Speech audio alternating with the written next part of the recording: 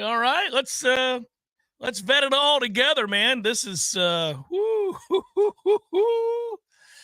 we've got we got a lot of problems. A lot of problems. There have been issues. Yeah, continues to be, Mike. Continues to be. You better have your finger on the trigger of that button bar a lot today, Tommy. There have been issues. So it does require, obviously, a real an adult conversation here that we're going to have together. And it's not going to be a beat the pound the desk thing. I think we've all done that. I think we've done it during the games. I think we've done it some after the games. I think we've expressed it to our closest friends and family members and fellow Noles, and we've done a lot of things. You know, it's a lot of things that feature screaming and yelling, and a lot of things that have caused you to look inward. It's all there, man. This team through 3 games has done the impossible, which has put you on the brink of an existential crisis. A program, shockingly, at, I think, a major crossroad. Astonishingly, through 3 games of the 2024 season, FSU football has rendered the FSU faithful, and you guys know I love to say this, bereft of hope. Coaches, I don't know how many, tough to know that, will have to be replaced. The results will demand that. It's not a matter of like, I wish they would do this or you wish they would do that or Mike sees it this way. When you start losing like this and you start affecting the money, and that stadium is not going to be a place of refuge for Florida State fans. They're not going to come and meet there and talk things through. They're going to stop coming because it's tough to get here. And the experience right now is riddled with problems, some of which they can't help. I mean, when you're doing a stadium makeover, that's always going to be littered with, sort of upheaval that people don't necessarily want to have to deal with when they get in a car and drive 6 hours to come to Tallahassee. It's already put people on edge. It's already pissed people off. Some of that you couldn't avoid. That's nobody's fault. But then to have this happen on top of it really makes it very easy for apathy to set in. It makes it very easy for fans to say, I'm not doing it. And then that obviously just exacerbates the problems that you have right now. So there will be changes. That's all you have to look forward to. I think both changes in terms of the personnel on Saturdays that are playing the bulk of the minutes for this team or the reps. And I think changes at the end of the season to the staff, because these results, again, will demand it. This is going to be what I think is a very difficult offseason for Mike Norvell, because he's not a guy that likes to run through coaches and fire guys on a whim. Some coaches get that this is always a results-oriented deal, and personalities and relationships and things like that be damned. They're always right there with the knife, with the scalpel, ready to cut the first sign of problems. Others don't do that. They want the cohesion. They want the sort of through line with their philosophy leading the way. And they get really connected to the guys they bring in. And it's about a bigger picture thing. And they're not so quick to want to make those changes after some tough times, whether it be within a segment group or a game itself or a record, whatever it might be. But Mike's one of those guys. He doesn't like to do it. Now, he's done a good job in his career of hiring coaches that other people want, that do a good job and get other jobs. So he has at least in the past been able to identify and get the most out of his personnel. That's not currently happening, by the way. That's also another reason why he's faced with some tough choices, and the existential crisis of which I speak is affecting him, no doubt. That dread that you feel when you know you have to make fundamental changes in your life. Right? We've all done this. I know this is football, and there are more important things than football. I don't need to state that, but I will, just for people who are maybe new to the show. I have balance. I get it. I know what the world is. But, we take this seriously. And Florida State fans, alumni, boosters, fans of any kind, spend a lot of money on this product. And they think about this year alone. How many people ponied up to travel to Ireland to see a game? to be bitterly disappointed by what happened on game day. The experience was still great, but still, that was a hefty penny to throw around there. And then you've obviously been asked to do a lot more with your money. You've been asked to give some more. And certainly, I think that's required of any fan base who wants to play football at the highest levels. But when you do that, you better see results. You better see results, and they're not getting results. It's a bad look. The timing couldn't be any worse. As I said before, that Mike got a hefty raise and lobbied to get a hefty raise for this staff, many of whom would not have been sought by anybody else. That, too, is not a good look.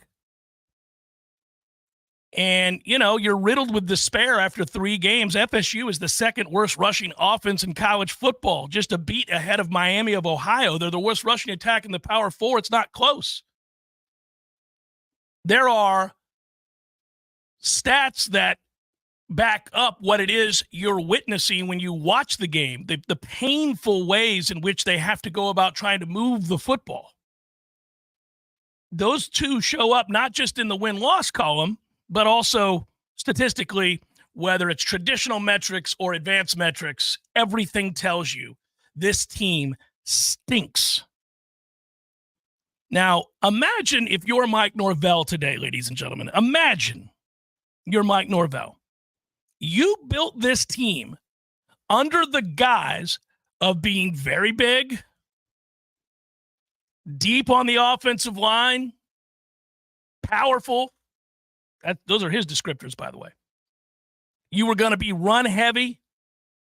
You believed it in your heart. More importantly, your eyes told you that, and thus you told everybody else that this team featured the biggest and best and deepest offensive line that you as a coach had ever had. And come hell or high water, you were going to run the ball. That's what you were going to do. And that's why you thought you could bring DJ in, because you knew DJ was average. He was an average player. He's always been an average player at best. Every now and then he has a game where you're like, oh, that's above average. That's good. That's actually a really good game. Sometimes he has a game where he just flat out stinks. But for the most part, he's just been average. And so you thought, well, he's got a lot of experience. He's got a big arm, and I don't need great this year, but I don't want to rebuild. So I've got this offensive line that I just know is going to knock people off the ball. I've got a stable of running backs I trust. So I'll bring in DJ, and we'll run the ball, and we'll take some shots down the field. We'll get vertical because we'll set it up by running the ball with play action. That was your game plan. You sunk everything into that. I thought it was a good idea. I thought that's what you should do based on all of the snaps, all of the games started that you had on the offensive line. The size, you even went out and brought in people to get bigger. You brought in 2 guards to get even bigger, right? Even more experienced. So your eyes told you that's what you were. And you told everybody this was a good offensive line.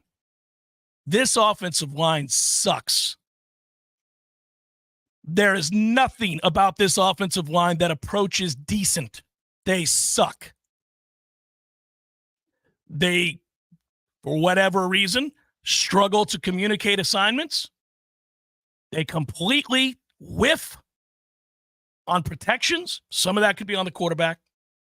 I'd have to know, what he's told, what he's taught, but clearly, some quarterbacks do a very good job of checking into protections to protect themselves. I don't think DJ does. That's context clues, guys. I'm watching the games. You see some really head-scratching moments with things that he checks into as well. That, again, I don't know what he's told, but there is clearly a disconnect between him and the head coach and this offense. He's not helped out at all by this offensive line. Your tight ends don't block anybody. The receivers don't block for one another, which is a sign of selfishness. And your quarterback happens to be really slow. Like molasses snail slow. Like, this is unbelievable how slow. So you don't have time to take shot plays. You hit one for the first time this year, but you don't have anything that you can hang your hat on. So Why do I bring all this up? You see this with your own eyes. You guys know this. Well, here's what I know. Mike, when I talk about existential crisis, Mike has to be in the midst of one right now, because here's why. That man won 19 games in a row here. He had an undefeated regular season last year, 13-0, and won the conference championship. He had reached the top of the mountain or close to it in the rebuild. He witnessed something that was bad, recognized a path to make it good, executed the game plan, and Florida State at one point won 19 games in a row, and this guy was atop the coaching carousel to the point where he was interviewed by Alabama for their head coaching job. Okay, that means that, A, you have been very successful in coaching. I know that sounds ridiculous, but I just want to point out that guy had an awful lot of success here and did a very good job in a short period of time of coaching.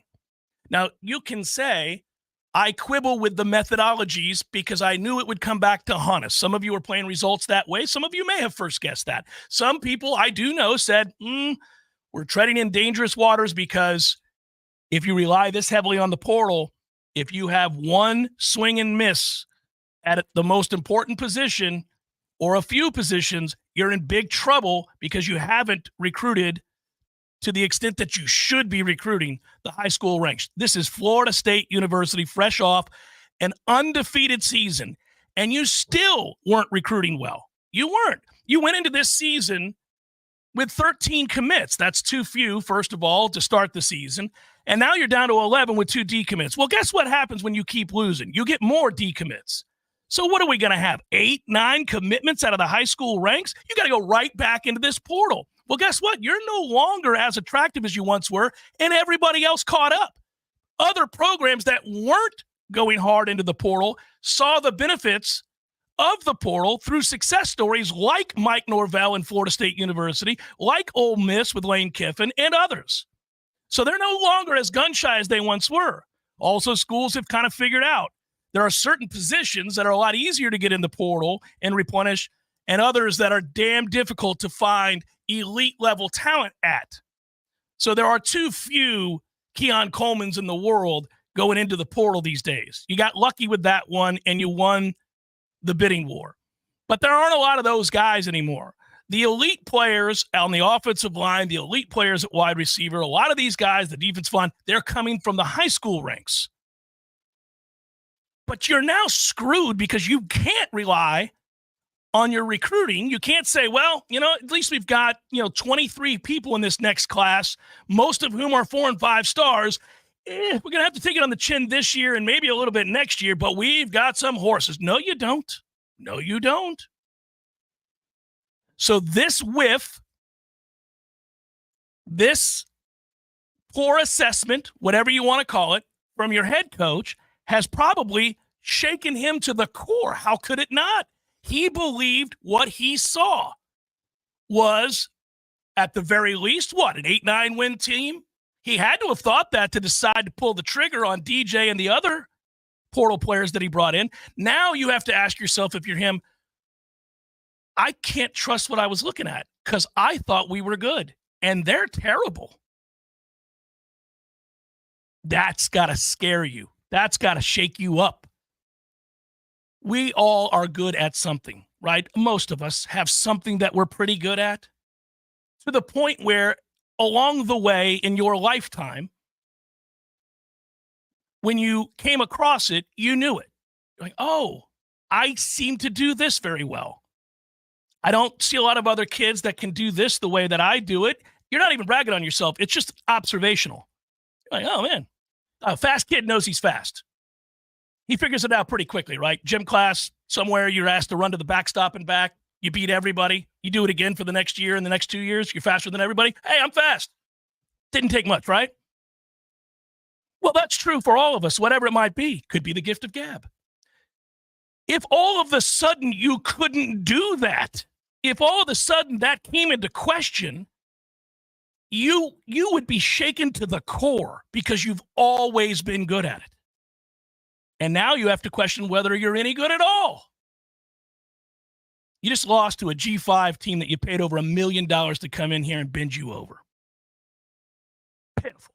It's pitiful. There's no way around it. It's pitiful. And by the way, I wasn't even impressed with Memphis. That team's not that good. And I'm not trying to take shots at a team that just came in here and beat us. We're terrible. The only reason that game is close is because they're not that good. What's going to happen when you play the rest of these games? You've got games against better teams than Memphis, lots of them. I'm not so sure Cal isn't better than Memphis. Undefeated, can run the ball, physical linebacker play, well coached. Good luck. And they believe, they walked into Auburn in the mighty SEC and won that game. They force turnovers. They have an identity. They're cohesive. I'm sure they feel very good about their chances of coming in here and beating Florida State. And now you have to wonder, when does he begin to pull the trigger on this personnel, on this roster? Because you're really not playing for anything right now. You have got to find out which of your young players can play. Who's going to be there for you? I know who's going to be there for you. Here's somebody who's going to be there for you. Juice Cryer will be there for you. He cares deeply. He's physical. He's a good player. He's not a great player, but he's a good player. He tackles. He's extremely intense. He's competitive. I hate that I have to figure out which of my guys are competitive. But I think you have to seriously vet that roster and ask yourself, who's competitive? Who cares? Who's bought in? Who's playing hard? Who will stay with me when the chips are down? Because, brother, the chips are down. And I see some guys that I'm not real certain want to be out there. I'm not real sure that Marvin Jones Jr. likes to play football. Just a hunch based on what I'm watching, what I see him do in the games or not do. I'm not sure he cares about playing football. That's not personal. It actually pains me to say that because you guys know Marvin Jones is my favorite player in Florida State history. I desperately wanted that kid. He's built like a Greek god. He looks like an NFL defensive end. He's physically capable of things that most people could only dream of. But you don't see it play out. You see indifference. It doesn't translate on the field. I don't know if he just doesn't believe in this staff or doesn't like – I don't know what it is. But I don't have time to figure it out. He can't be out there. I got to find people who want to be out there, who aren't going to turn it down. I got to imagine Mike's going through a laundry list of things that he's wondering about. How come we always get hurt? Everybody gets hurt all the time. Make a tackle, lay on the ground for 10 minutes. Sweet Jesus. We're the softest team in America.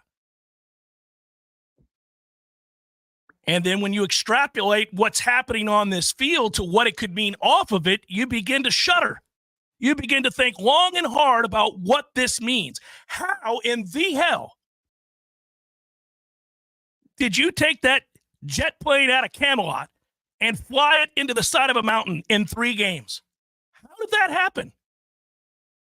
How did you go from being the talk of the town, one of the most decorated and well thought of coaches in the entire country at the end of last year, even a sympathetic figure, I might add, because of the snub, to being the laughingstock of college football currently? We lead every show that covers college football. They start with our sorry ass and seem to revel in it. I don't even know how one does that. I don't know how in the hell you go from 13-0, talk of the town, winner of 19 straight at one point, engineer of a massive turnaround, to total incompetence.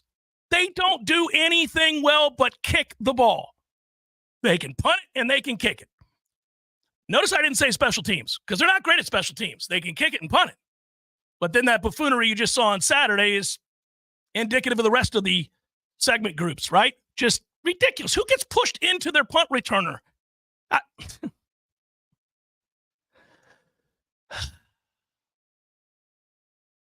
It's hard not to get mad the more you lay it bare, the more you get out there. You know. And I want to address, because some people have brought this up today. I've seen texts. I know it's on the boards. People have probably mentioned in the chat. I don't have the chat pulled up right now. I didn't want to get distracted. But Mike's decision this Saturday as to who starts at quarterback is going to be a big deal. I understand what the projected depth chart is. I understand that gets laid out. First of all, if I'm Mike Norvell, I'm not telling the world that I'm making a quarterback change. So I don't read into that at all until I see Saturday. Why would I tell Cal that I'm changing my quarterback? I'm not going to tell him that. Because they're two different types of quarterbacks. So it would change the way Cal prepares if they knew Brock Lynn was the starting quarterback. So I don't expect Mike to say at the press conference today anything other than DJ starting. Like, I'm not going to tell anybody that I'm making a change. So we'll see if he does or he doesn't. I think it's imperative that he does. After fully vetting and watching this offense, I don't think you can, in good conscience, continue to run DJ out there. Again, I'll reiterate, this is not all his fault. He's not good, but it's not all his fault. But at the very least, if you had a mobile quarterback, you could change the math in the run game, and it's pretty evident you're going to have to do that because you can't block it straight up. You can't block it straight up. Also, like, this was built around the idea that you were going to bludgeon people, run straight ahead. Stop trying to run counter. You don't run it well. You can't execute it. You can't block it up. Don't know what you're doing. That's depressing as it is, but that's the truth. Run the ball straight at people, please, and then throw the ball down the field. That's what you wanted to do. That's what we thought we were going to see. We haven't seen it. But I would be looking lots of places this week.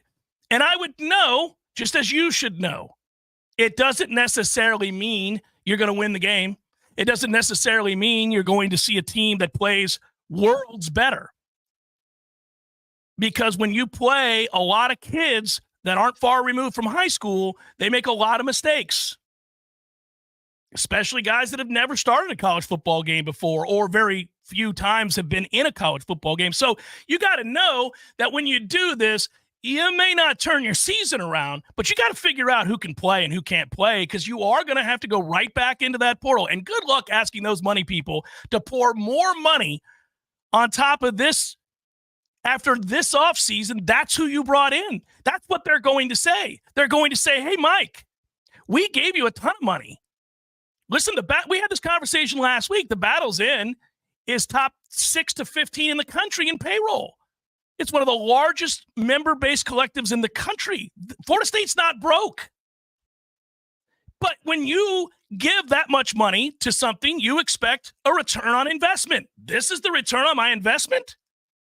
This is not going to be easy. And you're not going to win over a high school recruit right now, so you have to go back into the portal, and you got to convince them of what? That this is where they should come? A team that's 0-3?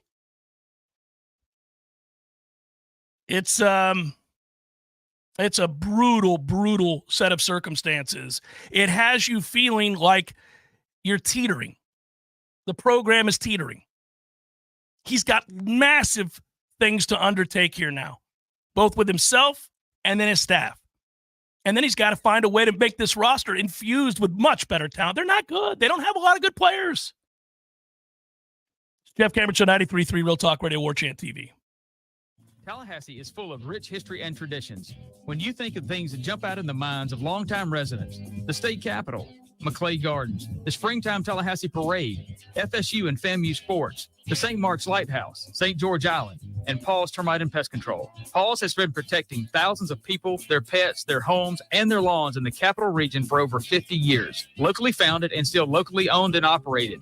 There aren't many businesses in our industry that keep it together that long. Paul's Pest Control has many customers we've been honored to serve for over the last 50 years. We've experienced tremendous changes in how we treat homes and protect the people that live there. We've moved from liquid termite treatments that require drilling into the home's foundation to Centricon, a baiting system which works with their natural biology. We've moved from interior service to exterior treatments for general pests. But one thing we're not going to change is our old-fashioned commitment to personal service for each of our customers, the same way we've been doing it for over 50 years. For the elimination of termites, any other pests, and a greener lawn too. Call Paul's. We'll get them all. Enterprises, roofing and construction services. T-Bar Construction.com. We conquer all peaks. We've missed those dark leagues. Call 850-766-1340. G-Spark Enterprises, roofing and construction services. G-Spark Construction.com. License number CCC 1331204. Every journey starts with a first step, a daring step. But what they don't say about first steps is that you have to keep going, taking step after step, and eventually you take a big leap, accomplishing more than you ever thought possible. After 57 years, Tallahassee Community College is soaring even higher, and we're now officially Tallahassee State College. We invite you to take a step and visit Tallahassee State College. Learn more at tsc.fl.edu. Power Mill Training Academy equips motivated athletes focused on baseball and softball with the specific tools to reach their true potential. Now, you'll read that if you go to their website, but I'm here to tell you that, look, whether it's your daughter wanting to play softball, your son wants to play baseball, or maybe they just want to have fun and get the most out of their abilities, and that's where Power Mill comes into play. They've got coaches and camps that teach for every level of play for your son or your daughter. To learn more, go to PowerMillSports.com.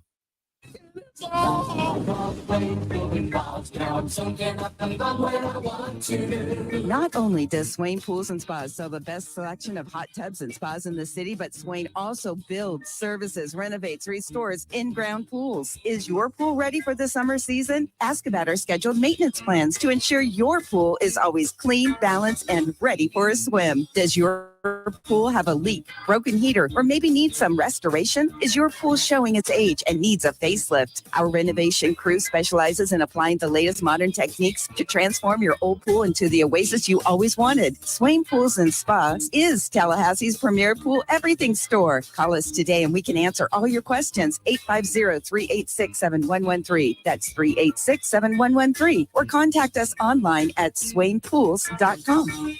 And right next to Swain Pools and Spas is Tallahassee Car Care, the only repair shop where you can take a dip while we repair your whip.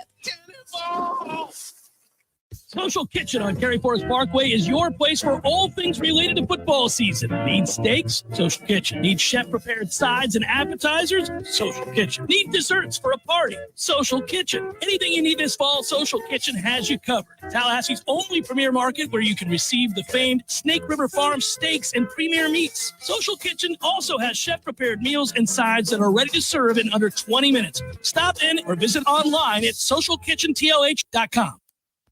The Jeff Cameron Show is a production of the Warchant.com multimedia network. Check out Warchant.com today for the latest news inside Florida State athletics. That's Warchant.com. Now, back to Jeff on Real Talk 93.3. Hey, heads up, everybody. You may see that if you're watching the show today on Warchant TV that I am decked out in Bucks gear. Proud of my boys for being banged up and going on the road and getting a win. But that's not why I bring it up. I bring it up because we're going to give you a chance to win Bucks tickets. How about them apples? Stepping it up around these parts, gang. All you have to do, heads up, pay attention to this. Anybody can win this. And it's completely random. It's really cool. And we'll give you the whole show to get in this, and we'll pick it out in the third hour. We'll have the computer spit it out in the third hour because that's how they randomize it. And I'll announce the winner on the air in the third hour. So pay attention to this. Text BUCKS, that's B-U-C-S. B-U-C-S. Text BUCKS to 850-386-8255 for your chance to win 4 tickets to the Bucks versus Broncos game. How about them apples, huh? So all you got to do is text BUCKS, B-U-C-S, to 850-386-8255. For your chance to win 4 tickets to the Bucks versus Broncos. We'll let you know who the winner is in that final hour. So you have from now until the third hour of the show, the lauded third hour of the program that is back. That's when we'll do it. Bucks, B-U-C-S, to 850-386-8255. Let me answer a couple questions. I wasn't looking at the chat in the opening monologue. Nico writes, just had a thought. Cam Davis ran an RPO offense in high school. He was good at reading and not inept at passing. Why not include that package for a series or two? Agreed. I like that. Sky Ninja, play devil's advocate. Tell me why DJ should remain the starter. Go Knowles, and thanks, fellas. It's tough for me to do, Sky Ninja, but I would tell you that in truth, he has been the better player most every day at practice. You could say that his teammates see that. It's dangerous to put players in who haven't earned it through the weeks of practice, because players will say then, this is not a meritocracy. You're asking me to play devil's advocate. That is one way that it could backfire. But I honestly, that's a reach. I'm having to do that because you asked me to do it. Actually, I did it pretty well.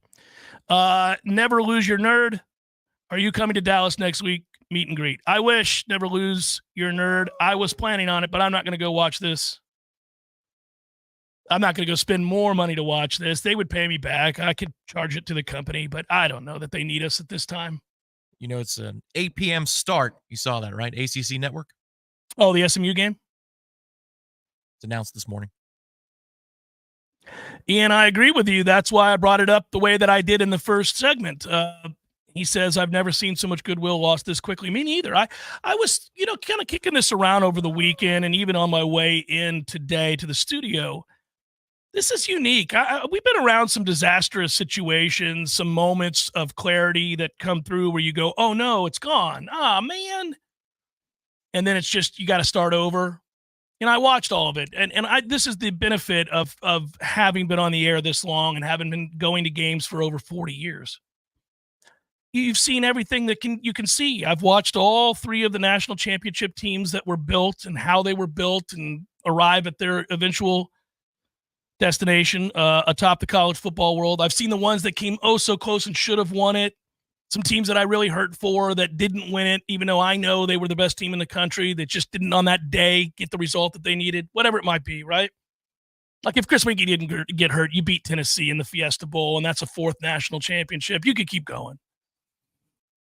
If there were a playoff now, you would have won multiple national championships under this setting at the end of the years in which you had those wide riots or lost some games to Miami. You most certainly would have had another championship in there with that as well.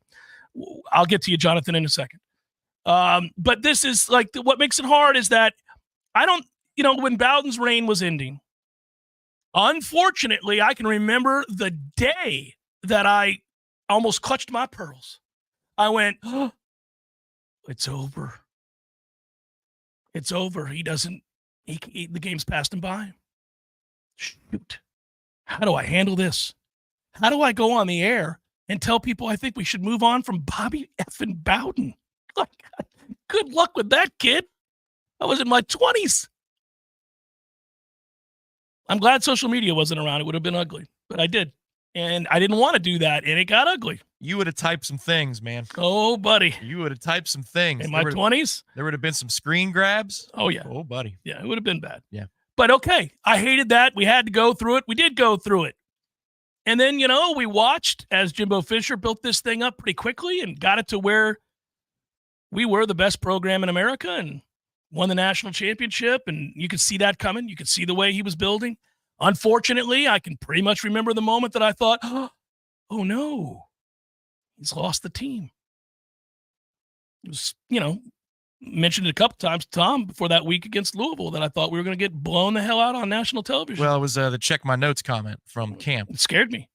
As soon as the press conference was over, I was at that press conference. When he was talking about checking his notes as to how they built it to where they were and seeing if he was overlooking. I went, oh, man, it's gone. It's hard to sustain. That's why Nick Saban's a legend. That's why Bowden was a legend. It's like sustaining that level of greatness for prolonged periods of time is very difficult to do. Everybody's coming for you. Usually there's a lot of change. Everybody wants to get paid. There's just a lot of stuff. So it's hard to do, but that's why we laud those who do it successfully. But anyhow, that came crashing to an end. I got it wrong. I was right about Jimbo. I said on the air before we hired him, that's who I wanted us to bring in. I got that right. Boy, did I get it wrong with Willie Taggart. I thought Willie was a good hire. I got it profoundly wrong. Fundamentally, I was flawed in every way with that decision. I thought that was the right way to go because I thought he'd be able to recruit. I thought that would overcome some of the lack of coaching acumen, and it didn't, and man alive. Yeah, we saw what happened. That was a little less painful because it was so quick. It's just like grand opening, grand closing. We're moving on. Okay, time to move on. But then with Mike, there were moments of doubt with the rebuild, right? You're kind of like, oh, buddy, I think you're a good coach. I believe you're a good coach, but you better win this year because soon the losses mount and get to a place that you can't overcome. I've described the avalanche effect. Billy Napier's screwed in Florida. He can't, this is over. He's done. He may be a good coach. He's screwed now. He'll never be a good coach in Florida. So they're going to have to fire him. They have a damn board of trustees meeting every day down in Gainesville. I mean, they're in deep trouble. They're meeting right now. Yeah. So Mike did win, though. He did get it turned around just in the nick of time. And the reason I was really excited about that is that I believed Mike, and I still do believe Mike, to be the genuine article. Like, that's a guy that was raised in football, raised by football. The men in his life were football coaches and teammates. And he's talked about the fundamental impact on the person that he is that football gave him, the world it opened him up to. And I thought, man, that translates. Players connect to that. Players can see that you're the genuine article because a lot of these guys are that way. Whether you come from a little country town or an inner city town, whatever, you connect to the guy that's fought his way up through something, and especially in a sport that is so physical like this, right? You have to give everything of yourself. So people connect to that. And they did connect to that, and it worked. In many ways, it helped you overcome a pretty bad, in my opinion, staff at recruiting, high school recruiting, is that Mike was a draw. And you didn't have disastrous classes. You just didn't have great classes. You were able to kind of keep it together. And then you figured out, Mike did, how to tap into the portal. And he did an unbelievable job of that. And thus they won a bunch of games. And we felt like we were free and clear. That's why this is so different. How in the world did you do all that? And now, man, I don't know. What do you think the percentage is of this fan base, Tom, before we go to break? Percentage of this fan base that would like to see Mike fired. He's not going to be, but just understand, like, what do you think that's gone from 0, maybe 1%? There's always somebody who hates somebody for whatever reason. But, like, did we go from entering the season with Mike's approval rating at 100% to whatever you think it is now? I don't know. Yeah, I'd say just judging by the post game, and obviously people are going to be triggered in that moment, maybe 15, 20% think it's time. Yeah, so you think we've gone from almost 0% to 20% thinks that that's probably Mike's not going to be the guy. That he's not going to make it, yeah. Like from 0 to a significant portion of the fan base. Yeah. And for me, it's not going to happen this year, but he's opened himself up to those kinds of websites and things, fire Mike Norvell next year, which was unthinkable before the season started, that you could get to 2025 opening against Alabama, the team that tried to hire him perhaps and brought him in on the short list, and you could have a teetering program in the balance with next year's wins and losses. That's why it's so different. Season. It's so stunning. Is today, what's today? September 16th? Yeah, September 16th. Holy moly. I never thought in a million years you could get to here. It wasn't on the radar. Like, there was no, we've been blindsided. The fans have been blindsided. People are in shock. How could you not be? You could be the biggest detractor in the world. You didn't think after 13-0 that they were going to start 0-3 this year. You didn't. You didn't. None of you did. It's insane. They're losing to teams that they're better than. Correct. Across the board. It's insane. Jonathan, you are correct. Thanks for the donation. Donors have a lot to think about with how much uncertainty there is in the program and the sport in general. I agree with your assessments about how to move forward as program investors. This is tough. It's going to be really hard for that guy to turn and ask people for a bunch of money to go back into the portal after this misevaluation. It's tough to do. They're going to have to. You're going to have to find a way to get it out of them. But, man. We had a comment from Buffalo Tom in the postgame show that said if he's got any morals, he's going to give some of that money back for NIL and for replacements. Well, by the way, that's not a moral question. I understand where he's coming from. It is funny. But it is funny. But I think if I'm Mike Norvell right about now, and I know that with the direction of this program and my time atop the said program is in the balance all of a sudden because of a disastrous offseason and some decisions that were made, I now would very well look into tapping into a couple million of my own to try to flip this roster if I had to. I'd start maybe at quarterback. Let's find out if Brock can play. I'd start this weekend. It's Jeff Cameron Show, 93.3 Real Talk Radio, Warchant TV.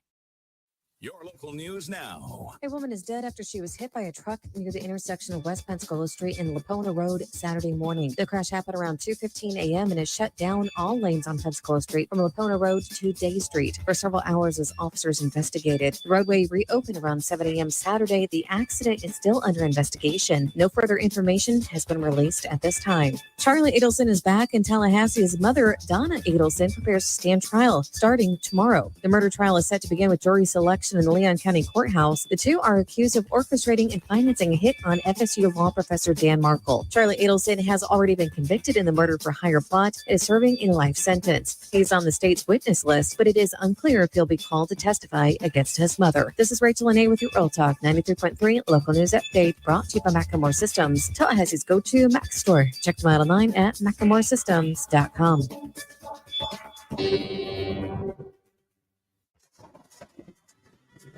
This is meteorologist Paul Trombley with your Real Talk 93.3 weather update. Cloudy skies with a few peaks of sun this afternoon with a slight chance of thunderstorms. High temperatures reach up to 82. Northeast winds 5 to 10 miles per hour. Partly cloudy tonight. Slight chance of thunderstorms. Lows around 69. 86 tomorrow. Chance for scattered storms. This report is brought to you by the Lawn Johns. For all your landscaping and lawn care needs, visit thelawnjohns.com. Right now, it's 76 degrees. Games for Less, Tallahassee's largest selection of new and used games, as well as new and used consoles like Nintendo, Super Nintendo, Atari 2600, PS4, and PS5. You name it. Locally owned and operated since 1994, trade-ins are not only welcome, but Games for Less pays more for your trade-ins than the big chain stores. That's not all. Games for Less now buys and sells new and used vinyl records to boot.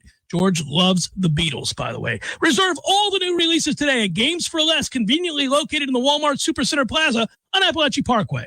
Howdy, folks. Jeff Cameron here to tell you about my friends at DexaFit Tallahassee. What is DexaFit, you might ask? Well, it's where you want to go if you're looking to elevate your health and fitness journey. DexaFit's exclusive services include AI-enhanced body scans, VO2 max fit testing, and RMR metabolism analysis to provide detailed insights into your body composition, cardiovascular fitness, and metabolic well-being. Sounds like a lot of science, but that's because it is. The most advanced science available. In fact, that's a good thing, right? DexaFit gives you immediate detailed insights about your body composition, provides a customized plan to improve on troubled areas, delivered in an easy-to-navigate mobile app so you can share the information with your trainer or even your doctor to find the most direct path to your peak health. Check out DexaFit Tallahassee, the most accurate and most state-of-the-art body composition scanning and fitness planning available. Located on Capitol Circle Northeast, directly next to Bumpus. Check them out online at DexaFit.com and tell them Jeff Cameron sent you. DexaFit Tallahassee. Know your body and transform your life.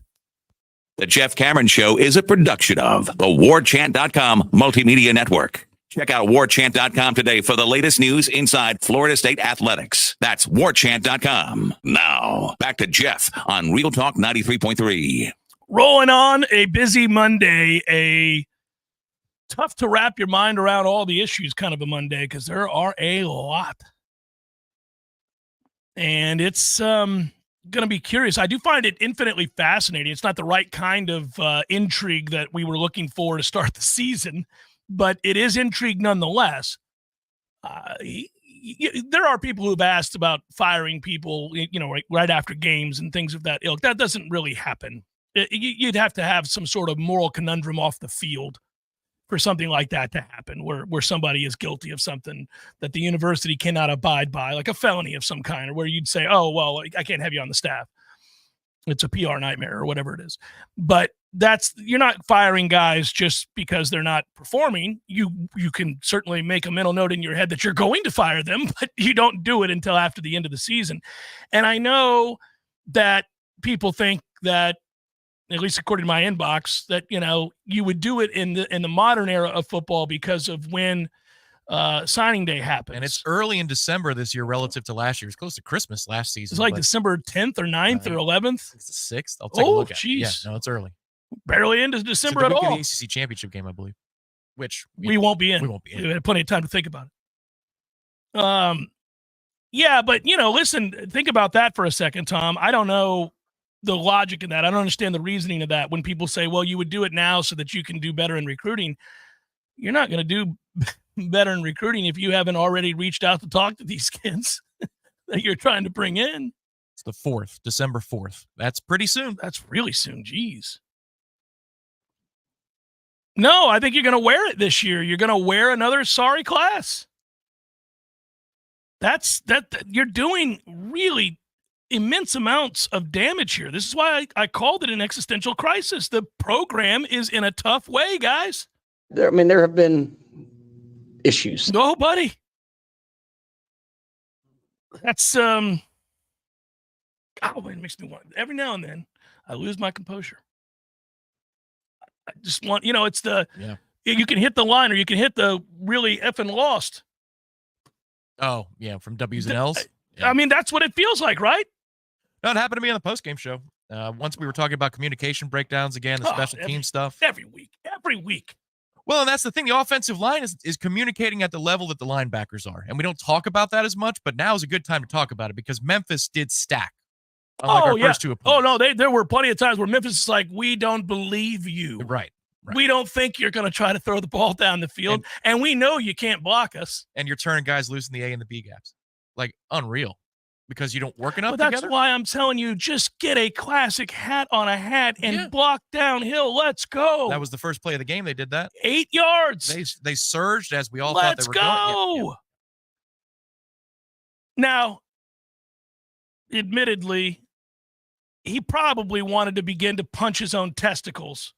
Mike Norvell did when, after you get said 8 yards, your man fumbles the football on the next run. Are you kidding me with that? But this is the thing of bad teams. They do all kinds of things like we saw in this game that leave you absolutely dumbfounded. So you finally get some stops, you're getting the ball back, and you muff the punt? How about you forced a 4th and 9 and you jump off sides, which then convinces the Memphis coach to go for it, and he gets it, and they eat 3.5 more minutes off the clock because you jump off sides on a punt?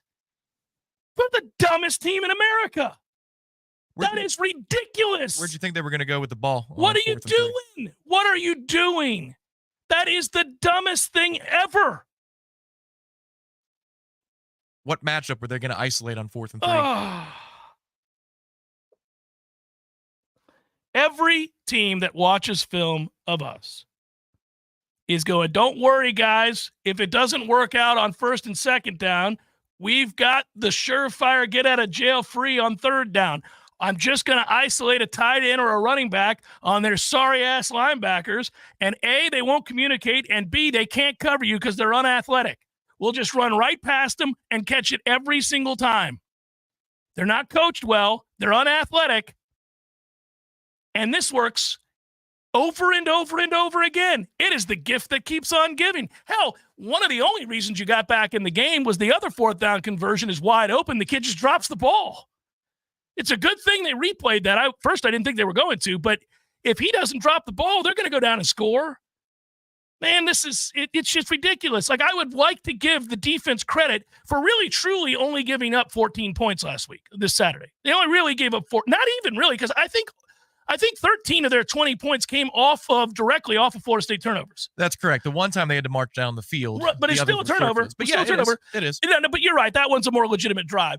They had like one really legitimate drive. I believe that's the first drive of the second half where they just went right down the field, which, by the way, is the one thing that can't happen when you start the second half. When you're bad teams, this is when you can't have a breakdown, you do have a breakdown. It's unreal. And even the interception that he threw, it's open. He just throws it behind the tight end. It's a great play by Juice to come up with a football. It almost looked like he's Pryor's your best linebacker right now. I mean, bless his heart. I like that kid a lot. He's trailing by a half yard. You lead the tight end. It's open. But Hennigan wasn't that great. Garrett, Mike asking the boosters for more money will be like that scene in Goodfellas when Henry asks Paulie for money after he gets pinched. Yeah, he's in the back cooking. And he's like, all right, that's the best I can do for you. And he gives him, what, $1,500 for a lifetime? Now I got to turn my back on you. Now I got to turn my back on you. $1,500. Cash money. Never lose your nerd. I'm sorry, man. Now I feel bad that I'm not going to Dallas. My mental health can't take it. People will not come, Ray. That's the hard part. They won't go to Dallas. No. No. And they're not going to come to Tallahassee for much longer either. They'll cancel their flights, and they won't even know why. No toophilia in the Wildcat. Why, writes Carrie. And have we now moved into the Jimbo promissory note realm? It feels like it for some guys. I don't need a promissory note. Nice reference, Carrie. I do think, by the way, remember being flabbergasted watching that play out on the show, whatever that show was called? Show 'em your heart, coach. Yeah. Derwin, what do I do? It's ridiculous. Derwin, help me. Promissory notes. I'm still pissed about that. Show 'em your heart, coach. Yeah. Okay. Did I read my line right? Let me tell you something. There's no, you don't have to ask anybody anything. Football gives you the answers. Football hold a mirror up to your ass with the quickness about what you are or are not. It's on film. All of our practices, plus all of that stuff is monitored. They can watch the coaches film, the all 22s, and they're going to see exactly what you're about or not. Every time. So you don't have to ask anybody anything. You already know. You look at that film and you go, okay, got to get him out. Okay, you can't play. Okay, you don't want to play. You got to go. Okay, you suck. You're gone. That's it. It's cold-blooded. That's football. You smoke or get smoked. That's this game. It's the beautiful part of this game. Meritocracy, baby. I'm not playing you if you can't play or you don't want to play. I don't really care which is it. It's just that I got to make decisions now that are going to affect this program long term. Hour number 2 forthcoming. Jeff Cameron Show, 93.3 Real Talk Radio, Warchant TV. Pinch-A-Penny Pools has the largest selection of premium hot springs hot tubs in the city. You might even call it Tallahassee's Hot Tub Hub. 12,000 square feet of hot tubs, with over 50 of them on site. Over 20,000 gallons of tub capacity to choose from. That's 4,620,000 cubic inches of hot tubs.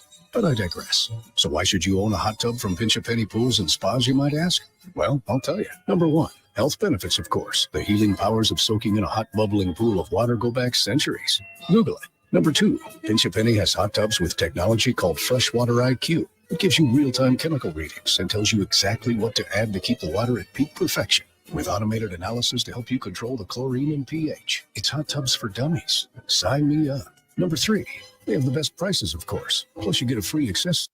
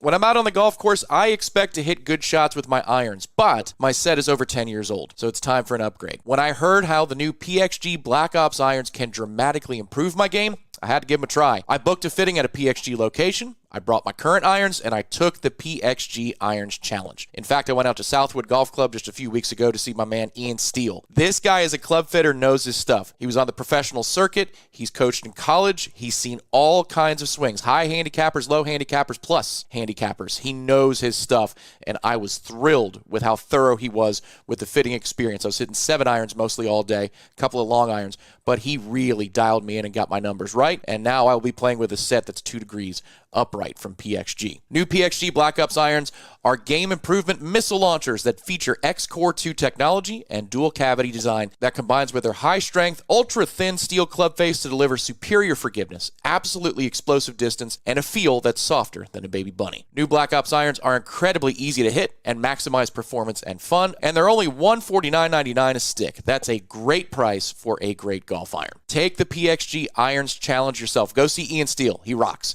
It's a ton of fun, and if PXG's new Black Ops irons don't outperform your current irons by delivering either more distance or tighter dispersion, which means better accuracy, during that fitting, you'll get a $100 MasterCard rewards card. Hurry, this offer ends October 7th. Book your fitting today at pxg.com. That's pxg.com.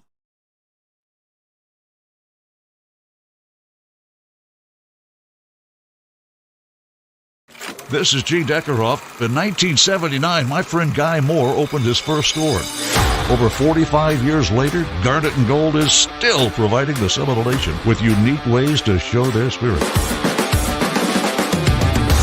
As the last locally owned FSU merchandise source in Tallahassee, we're proud to be a part of the Florida State experience and this community. If you're a Seminole like me, this is your store. Garnet & Gold. Go Noles.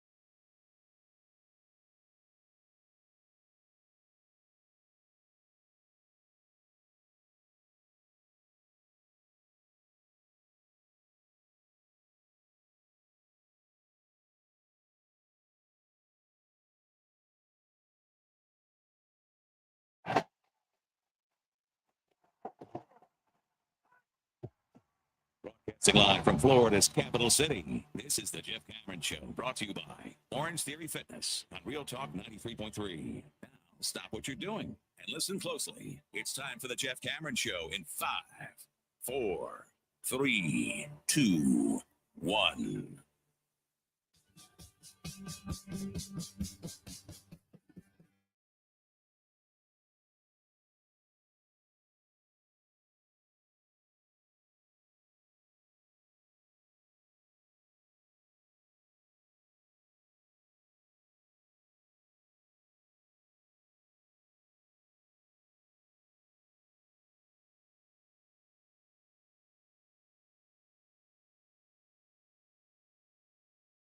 We've had an opportunity lately with the meet and greets that we did over the weekend on Friday at the Corner Pocket. Good to talk to folks that come into town and come up and say nice things. Always appreciate that. It is good to know people are out there listening. And I mean, we know it from numbers, but those are just numbers. Those aren't people. When you see people, it's different. And that's great. Because I'm in a studio with a mic. You know, I do have my man Tom right there, but we don't get to see the masses. So it's cool to meet them. I'm here for you, buddy. I know. But thanks for doing that. And then for those of you that came out on Saturday as well to Hotel Indigo, I know that's a hard game, right? Inclement weather all week long, including that morning. It's Memphis. It's noon. You're 0-2. That was always going to be a toughie. But there were some folks that did come out. It was really nice to meet everybody and to have some dialogue with folks. So before I forget, let me say that. Let me also say this. Who doesn't want free tickets, 4 of them, to see the 2-0 Tampa Bay Buccaneers? They get downhill and they tackle. Oh, buddy, do they ever? They block. Love watching the way pass pro. Outside of right tackle. I was going to say, Aiden disagrees with you. Hutchinson's like, no, I'm good, man. I had 5 sacks. But the starter was not in there for Tampa. It doesn't matter. Won the game. Suck it. All you got to do is text BUCS, BUCS, to 850-386-8255 for your chance to win 4 tickets to Bucks versus Broncos. We'll randomize those suckers on the computer, and they'll spit out a number, and we'll say, that person won. And I'll tell you at the end of the show, in the 3 o'clock hour, the 3rd hour, who it was that was victorious. It's not the Noles. Not the Noles. No, not one time. Not one time this year have the Noles walked off that field and captured a W.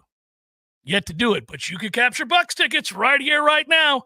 Text BUCS to 850-386-8255. I'll let you know in the 3 o'clock hour. That was part of the frustration on Saturday was Memphis didn't look great against Troy. They didn't look great on our field either. I don't think so. No, that was not a... They're well coached. That kid's a decent enough quarterback. He knows where to go with the ball. He knows his offense. Yeah. They play within themselves, but they don't have that group of 5 like, ooh, they could be a problem. Look. I don't think so. Now, they might because they really play anybody the rest of the year. Sure. So. But in those trenches, man. No, they're not beating anybody of consequence. Folks, it was there. Good Lord. They're not beating anybody of consequence. You know, that like if they're in the playoffs, they're not beating somebody that's in the upper echelon of college football. They're not. They get their head kicked in, and that'll be that. That's what's really tough right now when you watch this, man. When you watch, the week after we play them, Georgia Tech goes and loses to Syracuse. And listen, I'm not trying to be arrogant here. I'm not making it sound as if I think Florida State's God's gift to football. We're not at Georgia's level. I concede that all the time. We're not at Alabama's level right now. We're not. We knew going into this year with all the personnel losses to the NFL that this would be even still a good team, maybe a chance to maybe win the conference again, but you weren't going to win a national championship. So I'm not delusional about where we are. But certainly we're better than, personnel-wise, we're better than Georgia Tech, Boston College, and Memphis. But that's where it's so damning to Mike and his staff because you got better players and you've been out-coached and out-physicaled. Everything about these games, they've been better than you. It's really it's really astonishing. It is. It's nothing short of incomprehensible. Justin, before the break, gave to the chat and said, majority of the fans understand we have to stick with Mike contractually. Oh, yes. He's not going anywhere anytime soon, brother. Nowhere anytime soon. My opinion, he has shown more good than bad. But if we didn't extend him, may we have toyed with the idea of moving on? Definitely a 2025 hot seat. That's the way the question reads. Oh, I think he somehow, this is what we were talking about last hour, inexplicably has pushed and shoved and manipulated his way onto a warm seat. We're like, no, this isn't for you. We're sending this down to Billy Napier. This is what? I want it too. No, but you just went 13-0. That's a damnedest way in the world I know to try to tell people you want to be fired. You can't be. You've shown no evidence of wanting to sit on this seat here. I'm giving this to other people. You insist? Oh, okay. It's a hold my beer moment every Saturday. He said something today that concerned the hell out of me in his press conference. Oh, great. Yeah. Well, and maybe Ira can comment on it later, but he's talking about having conversations with players of how much are you willing to put in? How much are you putting in outside of our meetings? How much are... Oh, here we go. And buddy, when you hear something like that, and he was trying to look at it from a motivational perspective, like, these are the conversations we have. So now what you've told me is you don't believe at least a significant part of your roster is committed. Well, that's why I said the answers are on the film. He knows this. He's not guessing. He knows. So, Mike, it's imperative that you get those people off the field. That's how you lose a locker room.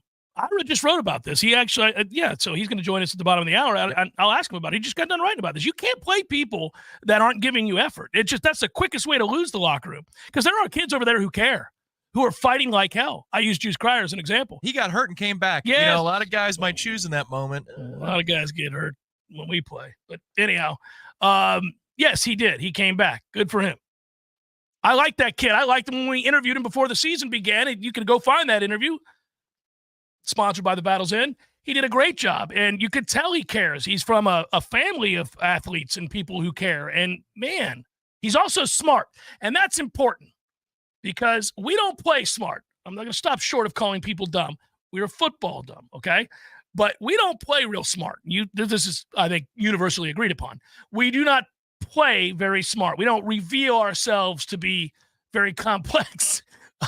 And when you find a kid who is physical and tough and gives effort and is smart and does communicate, sweet Jesus, you almost fall to your knees and weep.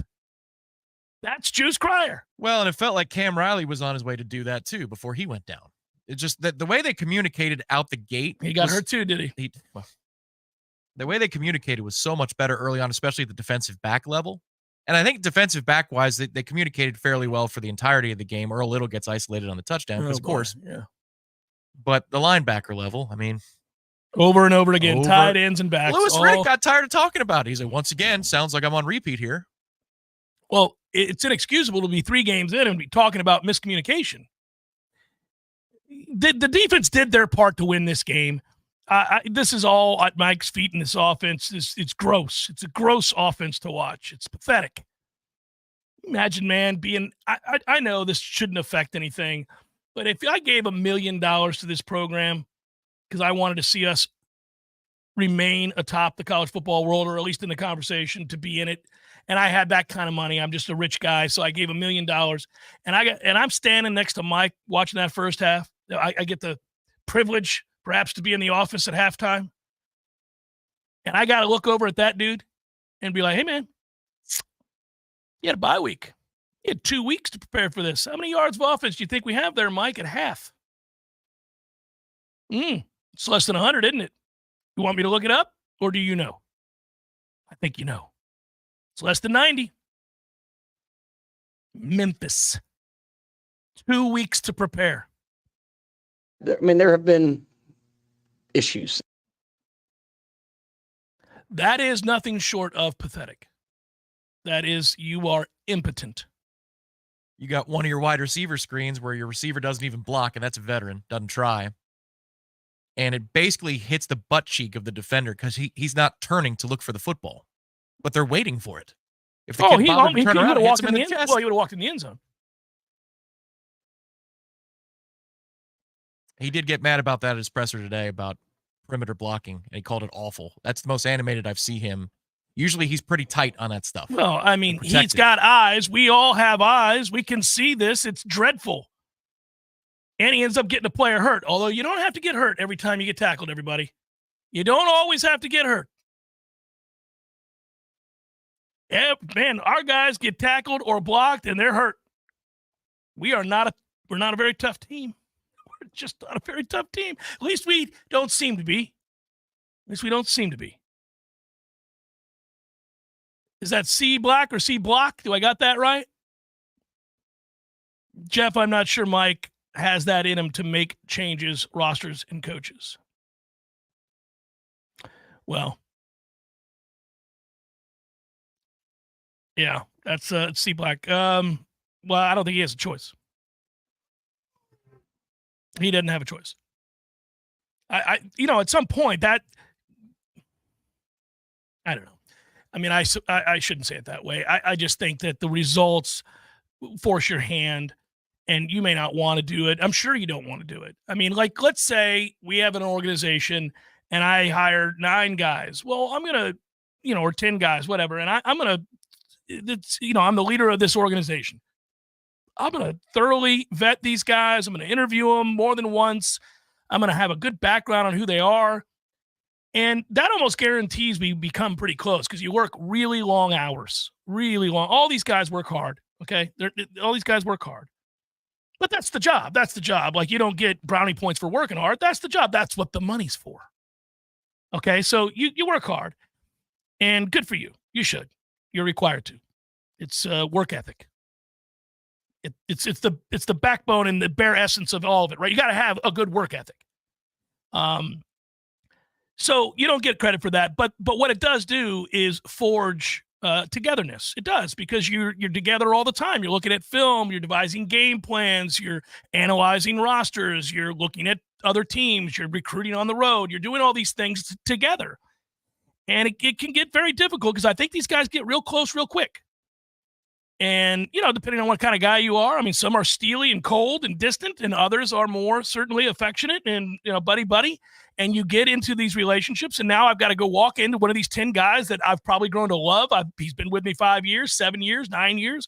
And now I got to walk in and say, listen, Hank, it's not all your fault, but I'm firing your ass today. I'll write you a recommendation, but you're fired. I'm sorry about that, Hank. I know you just had a baby girl, and good luck, but you've been paid handsomely. I hope you still, save some, and you'll get another job. Go tell Phil I need to see him. I hope Hank is a recurring character more often. They're minerals, Marie. But I mean, yeah, that's a toughie.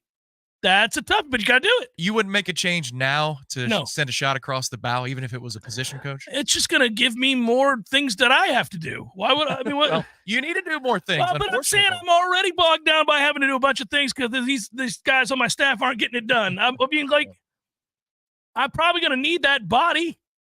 Another body? Yeah, I mean, I'm not going to count on him for much right now, but I don't need to be the head coach, the play caller, and the new linebacker coach. Like, I got to do all this stuff. Okay. I can't believe it. You pinned the position I was thinking about. Oh. I can't believe you nailed that. I mean, but yeah, that's what do you do? I mean, you wait till after the season. I think that's pretty much how it goes. It's traditional. It doesn't make any sense to fire somebody in midseason. And he's not going to fire somebody midseason that he likes and that has worked hard. Is just failing at their job currently. But that's not the same as like this guy went behind your back and did something seedy, or you know what I mean? That's not the same thing. So the way I felt after the game, I still do, is this result seals the fate that there will be changes. Oh, I think this guarantees it. There's no doubt. Unequivocal. Yeah. Yeah. You can't be 0-3 with these 3 losses. You can't have had the offseason that you did that led you to believe what you did, only to find out that was fool's gold, that none of it was real, that you were wrong. Everybody was wrong. All of us were wrong, but you're paid $10 million a year not to be wrong. Not to be wrong. So, it's more important that you not be wrong than Jeff or Tom or anybody else. Like, you can't be, and he missed it. And I think he missed it partly because of hubris and partly because they just went 13-0. He trusted these guys. He trusted that they knew what they were talking about and doing, because who the hell gets fired after going 13-0? Virtually nobody. And they didn't. In fact, they got raises. But that doesn't mean there weren't warts and problems with the process all along. You were able to avoid it. Why were you able to avoid it? Well, it's twofold, but let's start with the biggest reason. Because you didn't miss in the portal, and you had good players all over the field that helped overcome some of the process. Listen, they didn't run the ball well last year. They did not run the ball well last year. I bitched about it from the opening game on, second game on. Yeah, Southern Miss. I bitched about it like in the second game when we blew them out, and it looked like backyard football. They just weren't good enough athletes to hang with us, but we couldn't, through scheme or physicality, line up and run the ball against them at all. I went, well, that's a bit troubling. That's not good. Something like 60 of our 64 plays resulted in 1 or fewer yards rushing the football. This is not good. This is problematic. I don't like this. And then it really was a problem the whole year. But you misevaluated that group because you thought this year they would be good. So much so that you let Bless Harris walk. That looks stupid now, doesn't it? Bless Harris went to TCU because he wanted some assurances he was going to play this year. Why wouldn't he? It's his final year. And Bless actually played really, really well the year previous. So I'm probably not going to let him walk, but you did. And now look at you. You got nothing to tackle. Now, it's not your fault that Byers got hurt, but that certainly hurts that you don't have anybody behind him that can play tackle. And then you lose a guy in warmups. Well, and he's been terrible all year. And you thought he'd be an All-American. And he's awful. I don't mean you, but Mike. Yeah. So that's, good God, man. It's stunning. It is stunning. I still think Mike is a good coach, and first of all, Mike is going nowhere. He's going to be here for a very long time. Now, so if they go 0-12, he's not getting fired. I don't think they're going to go 0-12, but if they did, he wouldn't get fired. It's in the realm of possibility now. I don't think they are either, No. but didn't think 0-3 was coming. I just don't think he's going to have a choice. I'll get to the others that have joined the chat and asked some questions. Don't worry, I haven't forgot about all those. We do need to talk with our good friend, Irashfel, Warchant.com. He'll join us here in mere moments. Jeff Cameron Show 93.3 Real Talk Radio, Warchant TV.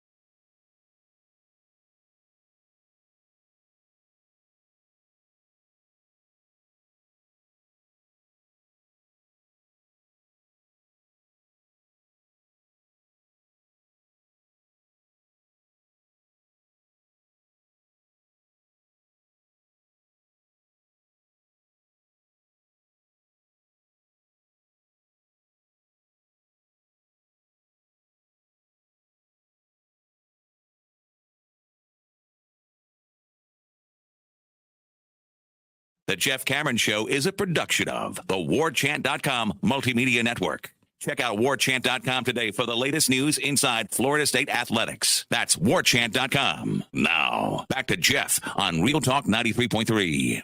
Hey, everybody, want to roll out to see Florida State Notre Dame? We'll be there. We're going. I'm staying. I'm finishing my coffee. Travel and tailgate experience of the year. Well, tailgate will be good. Florida State versus Notre Dame, Saturday, November the 9th, Chicago to South Bend. SpearItExpress.com. That is spear, as in I'm stabbing you with a spear. SpearItExpress.com. We'll be there. The Windy City Seminole Club will be there. A premium open bar will be there. 4 hours all inclusive. Food and booze. You need both to stomach this mess. Walking into certain death. You'll say to yourself, I'm going to get liquored up before watching my Noles lose by 100 today. You think we'd beat Purdue? Depends on which 11 you roll out on either side of the ball. Because I think you could be excited at that tailgate in South Bend. You do? Because Lucas Simmons is playing, and Andre Otto's playing, and Brock Glenn, and Elijah Moore, and LaWayne McCoy. And, well, they need to be by then, sure. You could get fired up for that. We're going to watch these kids learn. We're going to watch them learn. Yeah, but you wouldn't be that fired up. I mean, you'd be happier than you are now. I would be watching intently. Yeah. I mean, we are always watching intently, but I would, that's what's left. That's the last card you have to play. So go to SpiritExpress.com, get the pre-party and ticket pickup, all that good stuff. Transportation. You don't want to worry about transportation from Chicago to that dump of a town, South Bend. Jump on that bus, get you some food and drink, commiserate perhaps as it is with your fellow Noles on your way into South Bend. Get out, enjoy the cool weather. You get to wear your Florida State gear that you got from Garnet and Gold, like the pullovers and stuff, like the nice, thick stuff. Yeah, that part of it's great. Plus, I love Chicago. So there you go. There's plenty of reasons. SpiritExpress.com. He's Ira Shafel of Warchant.com. He joins us every Monday. Sometimes, Ira, these get-togethers we have are fun and joyous, and we're celebrating yet another victory. Others, we're commiserating and talking about, what looks like the worst team in America. I didn't think we'd be here through 3 games, but here we are. You wrote several articles in the last couple of weeks that have been great, giving your insight into what you see as a problem and some things that maybe we could look forward to. What strikes you most about what we've witnessed with this unmitigated disaster of a football team through 3 games? Well, I think the fact that there is 3 games now gives us some clarity. I think when we all left Dublin, you're thinking, okay, maybe it is the fact that you're in another continent and it's a week 0 game, and you're hoping maybe that's the reason it's a BC game. Last week, I tried to talk myself into thinking the BC game maybe was Georgia Tech beating you twice, and now we just know this is a bad football team, and it is what it is. Now, whether we could sit here and say these guys are more talented than they're playing, we can say that. We can say they look like it, but I saw a lot of dudes on that Memphis team who were not recruited by anybody, and they whipped some of these Florida State guys. So this is what they are, man. It's bad coaching, bad playing, bad morale. I mean, it's as bad as it could be. I mean, the only glimmer of hope, I think, would be it seemed like the defensive line, especially the defensive tackles, played better, played harder in that game. So that's something. And you have a couple of young linebackers, Justin Pryor. You have a couple of guys here and there. But for the most part, man, like we can't. There's no more trying to figure things out. This is just a bad football team right now. Terrible. And a lot of the changes that will most definitely have to happen at season's end can't happen until, as I said, season's end, or typically don't happen until season's end. So in the interim, Ira, I don't know, you may agree with me, you may not. I think they got to go full-on youth movement, understanding that they may lose a lot of games. It may not solve the problems, but I think you could keep people invested. You'd keep their services for next year if they're playing, as opposed to just keeping these veterans out here or doing nothing, really providing nothing for you. Now, obviously, I believe it's a position-by-position thing, and Mike can look at the film. We can all look at the film. We know who's playing hard and who isn't. We know who's giving effort and who isn't. We know who's getting it done and who isn't. And at that point, don't you think you go to those young players? Because that's the only thing that fans at this point want to see. And you do have to find out whether or not Brock Glenn can play. Well, yeah, I mean, I think across the board, every position's got to be handled individually. But yeah, there's no question. I mean, this team, again, they're not even playing their better opponents yet. No. So it's not like you're saying, okay, well, the schedule's going to get easier. It's going to get harder. And I think there's definitely some positions where, at the very least, you could make a case that they should give some older guys a chance to watch a little bit and see how they respond to that. And maybe if they realize, hey, I'm not in the starting lineup, I've got to play at a different level, I've got to do things differently, then maybe it helps them in the long run. I mean, I'm not saying if you make those changes, I wouldn't say in all cases those veterans are done, they can leave, we don't care. But you'd like to think some of them will respond, because they haven't going out there and starting every week, playing the majority of the snaps, has not helped them play any better. So I would definitely look at that. Yeah, you're right. I think the one thing you could hang your hat on from this game was that I did think that Josh Farmer played a good game, for example. I thought he played really well. And certainly the effort was there. They don't have a lot that they can be excited about, but when you see something like that, you go, okay, well, he hasn't quit. So that's nice to see. We've got a guy who's got real ability, who's still fighting. I just wonder, I really get nervous now. Like, you start to enter into the time of year where when you're over, all your dreams are off the table. Do we start seeing even worse efforts? Like, they were laying it on the line defensively in that game this past weekend, and their offense did nothing to help them. Well, I mean, I think it's a good sign that the defense did play better. And so, that gives you some encouragement. Overall, they played better, and the effort was definitely better. But that's where I think that has to play into Mike Norvell's decision when it comes to the quarterback, because, we've seen this countless times in different programs. If the quarterback's playing poorly, or if it feels like that's the reason the offense isn't moving, and I'm not saying he's the only reason. Oh, definitely not. His lack of mobility certainly isn't helping things. Then eventually, it can erode the interest and the confidence and the spirit of other players. So that's something they have to pay attention to. Mike Norvell, he still seems to believe that these guys are bought in. He seems to believe that the effort is still good. He sees it in their eyes. He believes that they still believe. But I think, obviously that becomes a bigger challenge as it goes. I think there are signs that, we've seen plays where their guys are not giving great effort. And I asked, Adam Fuller about that today, and he said, they do have to get better at that. Guys, if you're tired, get out of the game. You can't be jogging after plays. So I think in those situations, they can keep the morale up as long as they're holding people accountable. To me, that is the key to all of it. If this guy is not playing as hard as he can play, then he needs to sit, because it's not fair to the guys that are playing as hard as they can.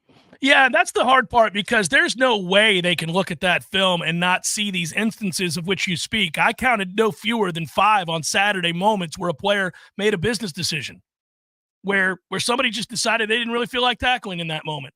And this is on a day where the defense played better. Now, they continue to have communication issues. Did Adam Fuller speak to that today as to why it is that any team Florida State faces does not really ever have to worry about 3rd and long, because they're just going to isolate a running back or a tight end on a linebacker, and it's a first down over and over and over again. And we see these miscommunications and the lack of athleticism, and it's embarrassing. Did he address that today? He did. I want to go back to what you just said, though, about the business decisions. And I'm not going to, he's a senior, and he's probably getting paid, so we'll call him out.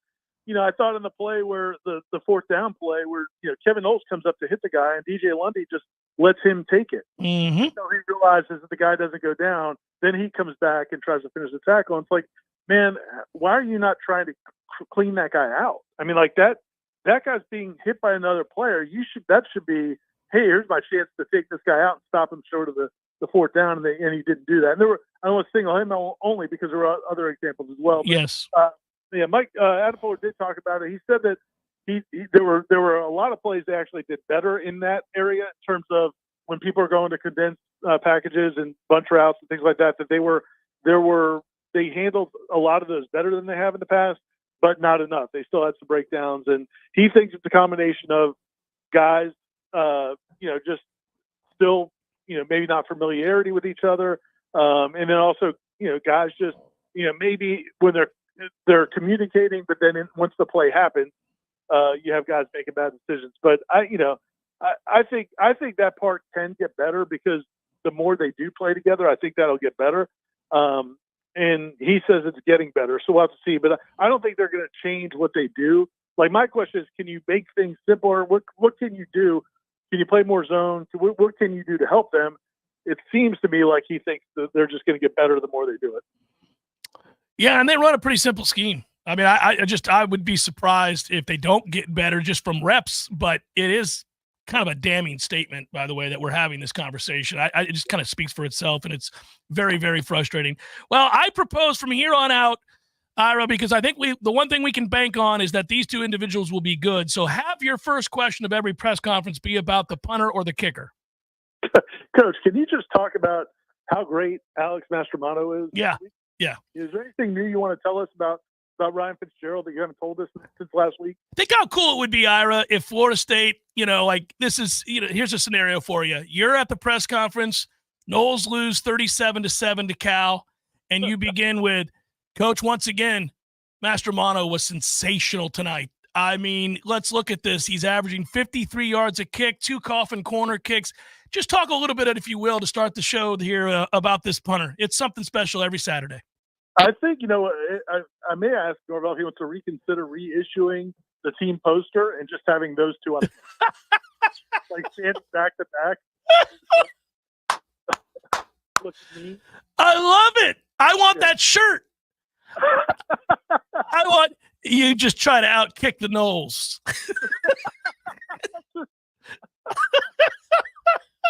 I love it. Be good, brother. I'll talk to you tomorrow. See you, man. Ooh. Yeah, walk into Notre Dame bold with your chest out in your Mastromano Ryan Fitzgerald shirts. What if we only, for those of you of the generation that actually wear jerseys, I am not of that generation, but if you wear a jersey, what if we only wore Mastromano or Fitzgerald jerseys to the games? I think that's a collective statement to the program. It looks like what Kansas City does with Mahomes jerseys. Yeah. It's just all you see. It's like seas of people. Well, by the dozens, 29. They know. They're rocking 29 or 88. Well, they're sitting there watching the greatest run in franchise history, and there's one reason. It's that dude at quarterback. But that's our fan base with 29. I love it. I love it. C. Black once again asks, why not play Simmons, Otto, Elijah Moore? Agree. Troy Knoll, you guys are the best. How about an updated W's and L's? 1-11. Losses. Charlie, the plan. 1, pay for Disney Fast Pass to AAU accreditation and Big Ten membership. 2, Bobby Bowden Field at Spank Stadium. The fun shirts you can have there. 3, elite GM money. 4, Myron Roll, AD, athletic and university ambassador, and AAU Big Ten lead. Yeah. Thank you, Charlie. You're thinking ahead. That's all we can do right now. Is it me, or has Mike Norvell lost his spark from last year? He looks like Willie on the sidelines this year. That's from Aaron. Losing the way we're losing, Aaron, will make you look like Willie. A. B. The faraway stare. I call it the Miami Vice Don Johnson staring off out over the ocean with Phil Collins playing in the background stare. That's what you're up against here. It's the faraway, what has become of my life stare. The decisions that I have made have led me to this point. There have been issues. It's the faraway stare Dave Grohl had when his wife found out that he had just fathered a baby with another woman. That is I didn't know that happened. Yeah. If you stumbled across the information, that's a toughie. There have been issues. Yeah, that is an issue. It's going to cost me millions if you're him. But yeah, Mike has got the, okay, so this is what it is. We stink. I'm responsible for this mess. I'm going to have to fire some friends, maybe several. All right. Anything else? We good? Chef Cameron Show 93.3 Real Talk Radio, Warchant TV.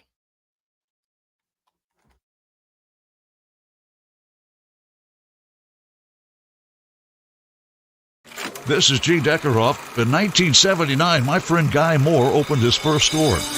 Over 45 years later, Garnet and Gold is still providing the Seminole Nation with unique ways to show their spirit. As the last locally owned FSU merchandise source in Tallahassee, we're proud to be a part of the Florida State experience and this community. If you're a Seminole like me, this is your store. Garnet and Gold. Go Noles.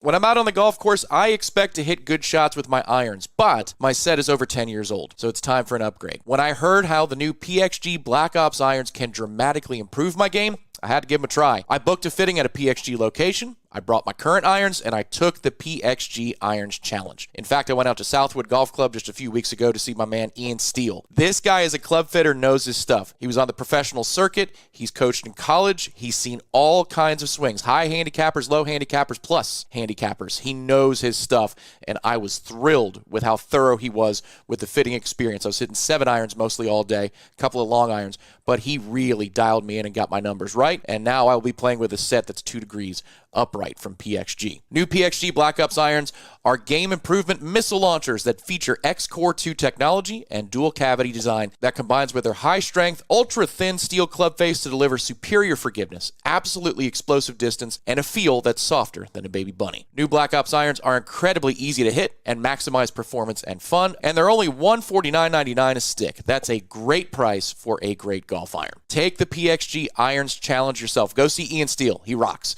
It's a ton of fun, and if PXG's new Black Ops irons don't outperform your current irons by delivering either more distance or tighter dispersion, which means better accuracy, during that fitting, you'll get a $100 MasterCard rewards card. Hurry, this offer ends October 7th. Book your fitting today at pxg.com. That's pxg.com.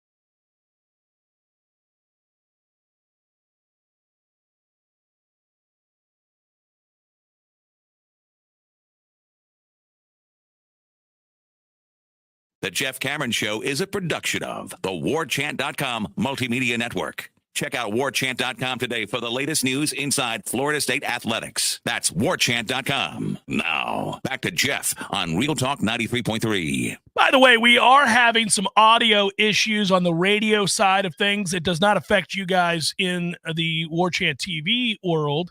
If you're watching on this YouTube channel, you're good to go, clearly. But if you were listening on the radio or you're about to go listen on the radio because you're driving somewhere, yeah, we got a problem. We got the ticket in. It's being fixed. It sucks for us, but I just wanted you guys to know that's our situation. Now, that will not keep you guys from having an opportunity to win Bucks tickets. That's well done, Hog Watcher. I'll mention that in a second. Text Bucks, B-U-C-S. 850-386-8255. That's 850-386-8255 to win 4 tickets to Bucks versus Broncos. The 2-0 Tampa Bay Buccaneers will be taking on the Broncos, and you could be there. You and 3 friends or family members, however much it is. You got 4 tickets coming your way if the computer picks you in the 3 o'clock hour. Yeah, the whole first half was Godwin versus Hutchinson. That's it. Yeah. 2 players. 2 players lighting it up. Well, and Baker, who played really well. Man, how about the Baker? Oh, Baker's turning into a player. I'm going to have to call the Baker Mayfield family and apologize. You think you sacked me? No, You know? here I come. I emerge. I'm quick. 3-quarter gunsling. He's also tough. He's tough, man. And players love that. You can win over players quick. Yeah, they play for him, don't they? They play for him. They do play for him. Sky Ninja wants to know another thing. Do you think the NFL coaching experience is more important in college football now? A lot of people have brought that up because of the way that the green dot, the Communication systems are in play now, just like in the NFL, and maybe having some experience with that would help. I'll tell you where I think it's interesting. Tom, I've told you over the years, and I believe this, and I believe this is where the sport eventually went. There are exceptions. But most of your head coaches of big-time programs that are perennially going to be playoff, pushing and national championship seeking, those coaches end up becoming CEOs. They become guys that have to oversee the operation, and it's a massive operation. And now you're throwing into it, NIL and the transfer portal. But you have so many responsibilities, and these guys are paid, as we well know, a ton of money. But that means that more is expected of you in different parts of the operation. You have to have a vision for the long-term view of your program, what you want it to be. That's from facilities to, what you want the in-game experience to be. All these things. Coaches have their hand in all of this. They've got to raise money for it is why. They've got to go on the road and talk to boosters and shake hands. They go have private lunches with, the billionaire who wants to see something built in his name, or maybe you need him to want to see something built in his name. So you go and have that lunch. You play around the golf with a guy solely because he has the purse strings. Like coaches have to do things now that in the 1980s, they really weren't doing. And they were only paid, $70 grand, $80 grand, $90 grand to coach a football team back then. But this thing blossomed into the second most popular sport in America. It was a niche sport back in those days. Now it is unquestionably the second most popular sport in this country. You're talking about billions of dollars every year. So these coaches, they become more CEO-like. Yeah, they've got a say, and they certainly have to have a say, what kind of system you want to run, what kind of scheme you want to teach, all of that. They've got a philosophy, and that doesn't change. What you're ending up running is with their vision for an offense and for a defense. But the play calling, the day-to-day operation, the install, those things, like you need guys that you can really trust to get this taught, coached, installed. You need to be free to do other things. And I think Mike's got to really look at the operation. We're talking about a failure within this operation that leads to this kind of a season. There's clearly some missteps along the way that get you from 13-0 to 0-3. Yeah, and now you're inviting all the basic questions. We had one earlier in the chat. I'm trying to find the person who put it in there, but it was, does he need to bring in a play caller, which you're hearing a lot now. Like this was something that came up on the postgame show. When you lose like we have, all of those basic questions that coaches can't stand, like ask Jimbo about if he should hire an OC over the last 10 years, and how does that go? Never well until he was forced to. But you're inviting all those basic questions. I agree with you. How could he not be a micromanager from this point forward? Oh, there's no chance that I'm trusting anybody. Correct. Yes, because everybody you trusted is failing you to a different degree. Oh, and it's amazing. I mean, that there's you watching some things now that are staggering. I mean, these will drop you to your knees, and you will have to think to yourself, my God, what have I wrought? Like, this is a grand drama playing out before our eyes. This is a male soap opera. Like, I can't believe, if you were watching a show about college football and like we do with, what is it, Swing, whatever that is on Netflix. Full Swing. Yeah. So if there was a college football show like Full Swing is for golf, and Mike Norvell was one of the coaches being highlighted, and you go season to season, there's just no way after last year you'd be like, can't wait to watch next year's Full Swing for college football because they're about to fall off a cliff. This is going to be, and you would never think it. You'd be like, no, stop it. If somebody wrote this, if it was fiction, you'd go, well, this is stupid. This never happens. It doesn't happen. And yet here we are. Unprecedented times we're living in. I mean, it's really crazy because even the most jaded, cynical amongst you, I mean, we all know those fans. We all know guys that every play is a referendum on the player, on the team, on the university, on the refs, on whatever, right? I mean, we've all been around those fans. Those are the worst kinds of fans. It's impossible to watch games with them. They're on the cusp of throwing something at every second. If you don't beat somebody 58-0 every week, they begin to question whether or not the team's well coached and all that kind of thing. Like, even those guys would not have ever thought this was going to happen. They would not have. None of them. None of them. I knew people that didn't like Mike even after last year's 13-0. Guys that were like, I don't love Mike. Great season. Can't deny that. They went 13-0 and won the conference again. Maybe I'll have to reconsider. Mike's doing a good job. There's no doubt. I mean, I don't like, they might say something like, I don't like his play calling, or I wish he had a better staff. We don't recruit real well. All valid concerns, whatever. Maybe they would have those kinds of conversations, but there's no way, none of them, that they would have said, hey, you just watch. They're going to suck next year and go 1-11. No, you would not have. Nobody would have. Just try and think up how many things have to go wrong to get here. That's the hard part, is we see it on the field, and you see they don't communicate on the offensive line or at the linebacker level. But how many things would have to go wrong behind the scenes with the operation in order to be here?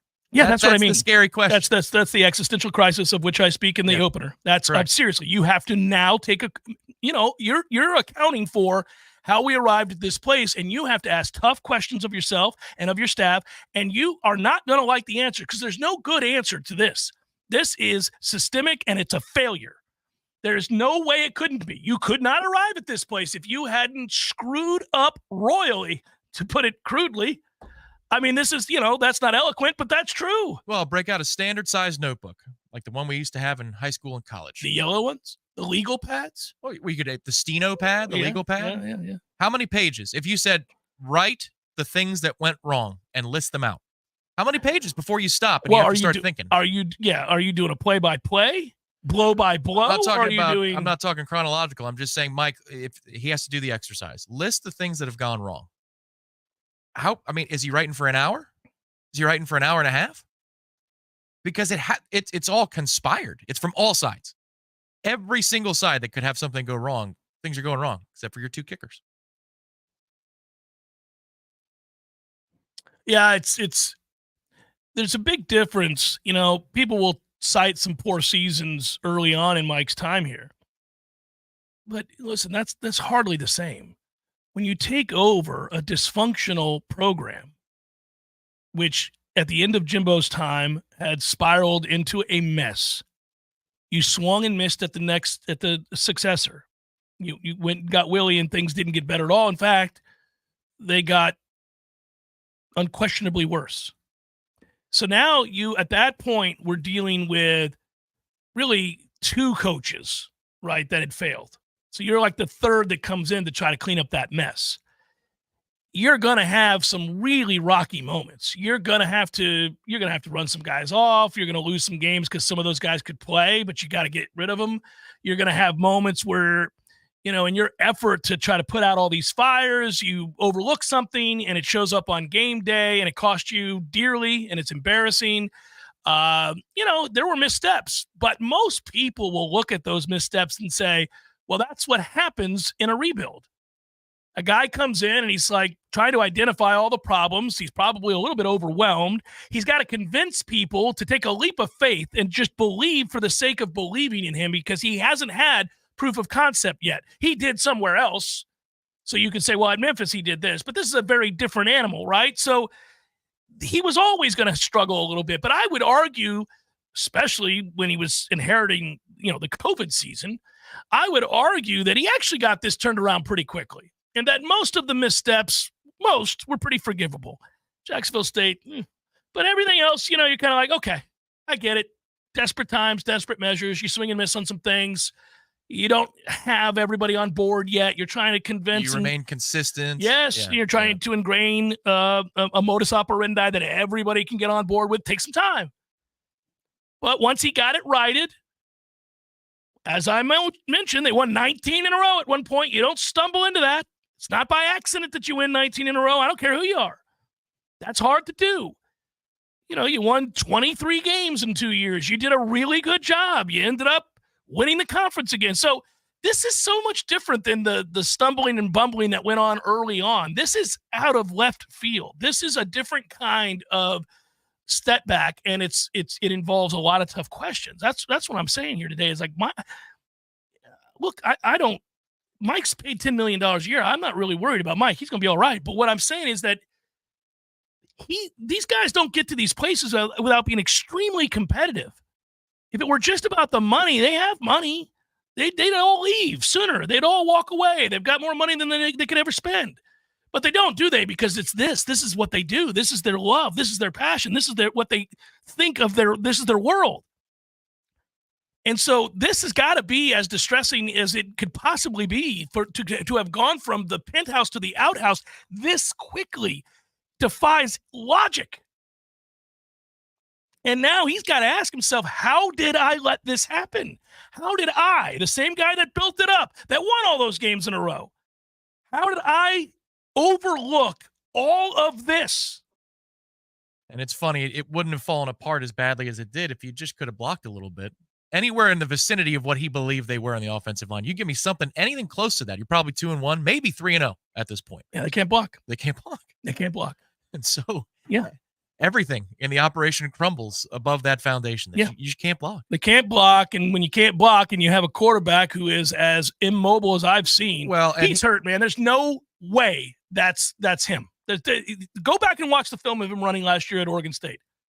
He was never like a speedster, but this is ridiculous. He's slower than my grandma. And he doesn't know it. She's 98. He doesn't know how to handle the overload either. Oh, no. I mean, good Lord.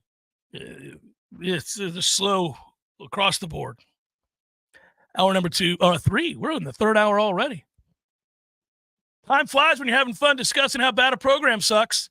Jeff Cameron Show, 93.3 Real Talk Radio, Warchant TV.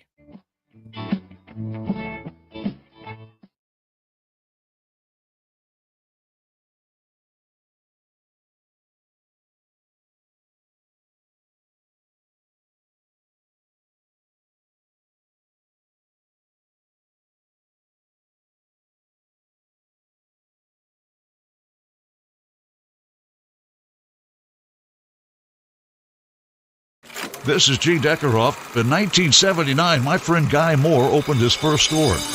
Over 45 years later, Garnet and Gold is still providing the Seminole Nation with unique ways to show their spirit. As the last locally owned FSU merchandise source in Tallahassee, we're proud to be a part of the Florida State experience and this community. If you're a Seminole like me, this is your store. Garnet and Gold. Go Noles.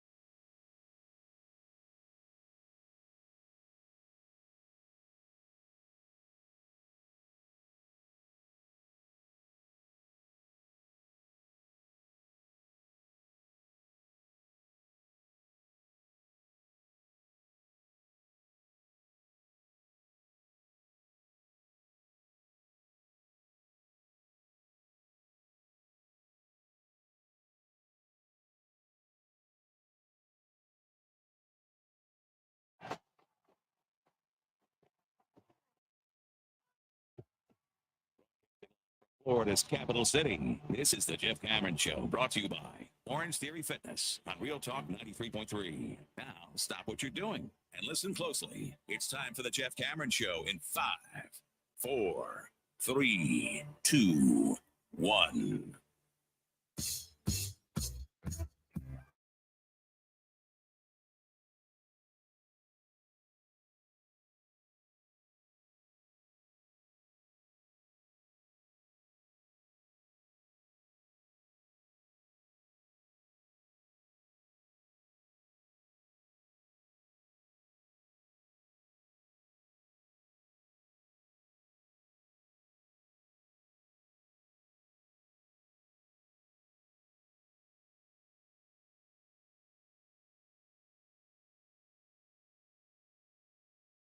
What you're doing. Or perhaps you're catching up later on the pod, whatever it is you're doing. We appreciate you joining us. We've had some problems with the radio side of things today, but we're good to go everywhere else. That's why we're multimedia, kids. We're able to get to you lots of ways. We will infiltrate your feeds. We will find a way to get into your ears. You're on your walk with the dogs. Good to talk to you. Hope you're doing well. Hope the dogs are doing well. Did you bring a baggie? If you're perhaps in the shower, great to be here with you. Maybe you're enjoying a long, hot shower, listening to my voice and thinking, boy, this is soothing. I agree. That's why I sing to myself in the shower. Also, you might be listening, maybe it's tomorrow morning, you're on your way to work. Let's throw on the Campster and see if he can provide a little shot in the arm. Nope. No shot in the arm. I'm describing disaster. That's what you get today, kids. Colby, happy birthday to you. He's asking for a Brock Glenn start. I can't watch DJ start another game. Can't do it. Reminds me of James Blackman.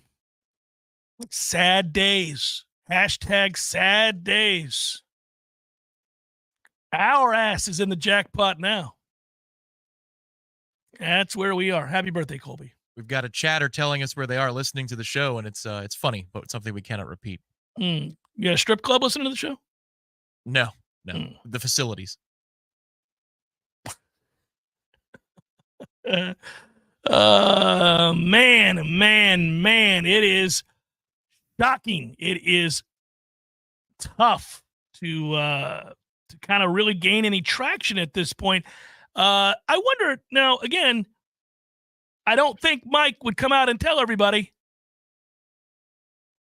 about, I'm making a change at quarterback. I don't think he's going to tell anybody that. It would be, thanks, James. It would be something that instead, I think that they just show up on game day and all of a sudden you realize, oh, we went another direction. I don't know how you can afford to start DJ at this point. I don't know. I do want to clarify some things that I've seen on the boards or that were tweeted or even emailed. And we've had some questions about this, legit questions about this. So I saw somebody asked me this question and I was like, no, I don't think so. I'll double check for you. But that sounds crazy to me and not the way that it works. But a lot of people feel like DJ would only start because there was some sort of promise made to him when we brought him in, and that the NIL promise or some sort of collective promise, like the money and a certain amount of starts is what got him in here. No, that's not written in any contract. That's not how that works. You can't have incentives. I wish you could have incentives. Right, but you can't. Performance incentives, because that would be inducement. Right. This is not a pay-for-play system. Mike Norvell decides who plays and who doesn't play. There's no clause in an NIL contract that determines whether somebody plays or doesn't play. That's a false claim from people. That doesn't exist for the reason that Tom just mentioned. No guarantee in anybody's contract to be a starter. And also there's no like a company or individual or corporation that is paying somebody's NIL with the idea that they have to be a starter. So like I'm a big booster and I decide I really want to help Florida State out. And I go, well, I'll give you $1 million for so-and-so, but you better play him because I don't want to spend my money for nothing. That's not how it goes. That's not the way it works. You can't be given that guaranteed start. It doesn't happen. It could be understood, wink, wink, nod, nod, I'm sure, from a coach and a player that he's being brought into play. But if things go drastically south, I think we live in an era and a day and age where it's even easier to bench somebody, not harder. I've already paid you. I don't owe you a damn thing. You sit your ass. Literally, do not owe you a thing Right. anymore. I don't owe you anything. There are a lot of other things too, like that. I had this conversation last week on Seminole Headlines. I disagree with my co-hosts on that. That recruiting is not just about guys getting bags. Everybody pays. It's also about relationships. It's about how long you've been on a kid, nurturing that relationship. Yeah, you've got to be competitive in that space, but he didn't take the best offer. Jeremiah Smith, for example, the wide receiver at Ohio State, who's incredible, who's already would be our best receiver, and it's not close. He would be awesome. He's tearing it up at Ohio State. Everybody knew he was a plug-and-play guy, and everybody wanted him. The thing of it is, though, Ohio State has been a factory for NFL wide receivers, so there was an automatic lean there. But also, he was very, very close to that staff and those guys that were on him early on in his high school career. We didn't get in that process till late, and he took less money. Florida State has won the services of players in which they were not the highest bidder, and they've lost players in which they were the highest bidder. It's not just the money. Yeah, what's interesting is you've got a commit right now in Solomon Thomas who said as much. I could make more money somewhere else, but I believe in what they're doing here. That is now, correct. This was months ago. I don't know if he still believes these things, but he said, I can make more NIL money elsewhere. That's the thing here is certain players decide that I can make 50 grand more a year or 100 grand more a year in this one place, but this other place I can go to is an NFL factory, and that's the real payday. This is walking around money by NFL standards when I go get drafted in the first round, and Ohio State does that for me as a wide receiver, or X program does that for me as X position, Y position. Well, and so, for example, we've talked about that space changing. The market matures, people figure it out, they understand how to become competitive. There are lots of collectives now that are more competitive. Like Florida State got in this game early because Mike viewed it as the avenue by which to flip the roster quickly and win games, and he knew he had to do it. So he was smart and innovative, and this collection came together. Like the Battles Inn came together quick, and they had some willing people, and they did a good job of marketing that, right? And so they really had a head start and an advantage in that space. But now everybody's kind of figured it out.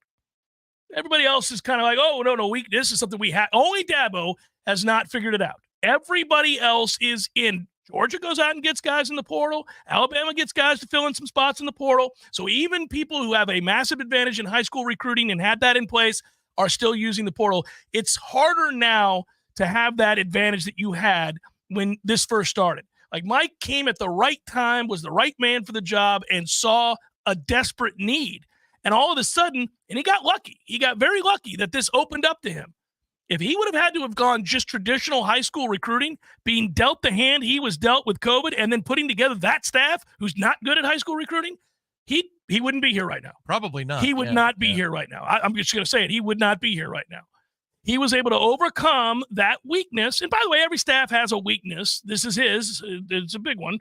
But anyhow, he was able to overcome that because he saw the portal as an opportunity, and he didn't shy away, and he pounced on it, and he got it right for the most part. They didn't swing and miss on these people. They got a ton of great players. Over and over again, they evaluated right. They didn't this time, but they did all those other times. The problem is if you rely on that, you get one bite at the apple, not two like you do in high school recruiting, and if you whiff, voila. Because you haven't built it up through high schools and you don't have a depth of talent. And so now all of a sudden, we got the wrong guys and they can't play and we don't have anybody behind them ready to go. This is a problem.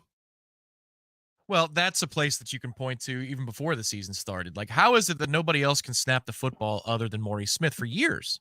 How is it that you had the head start with Jordan Travis for several seasons, and you could have cultivated a ready-made backup at that point? Don't have one, do you? Don't have one.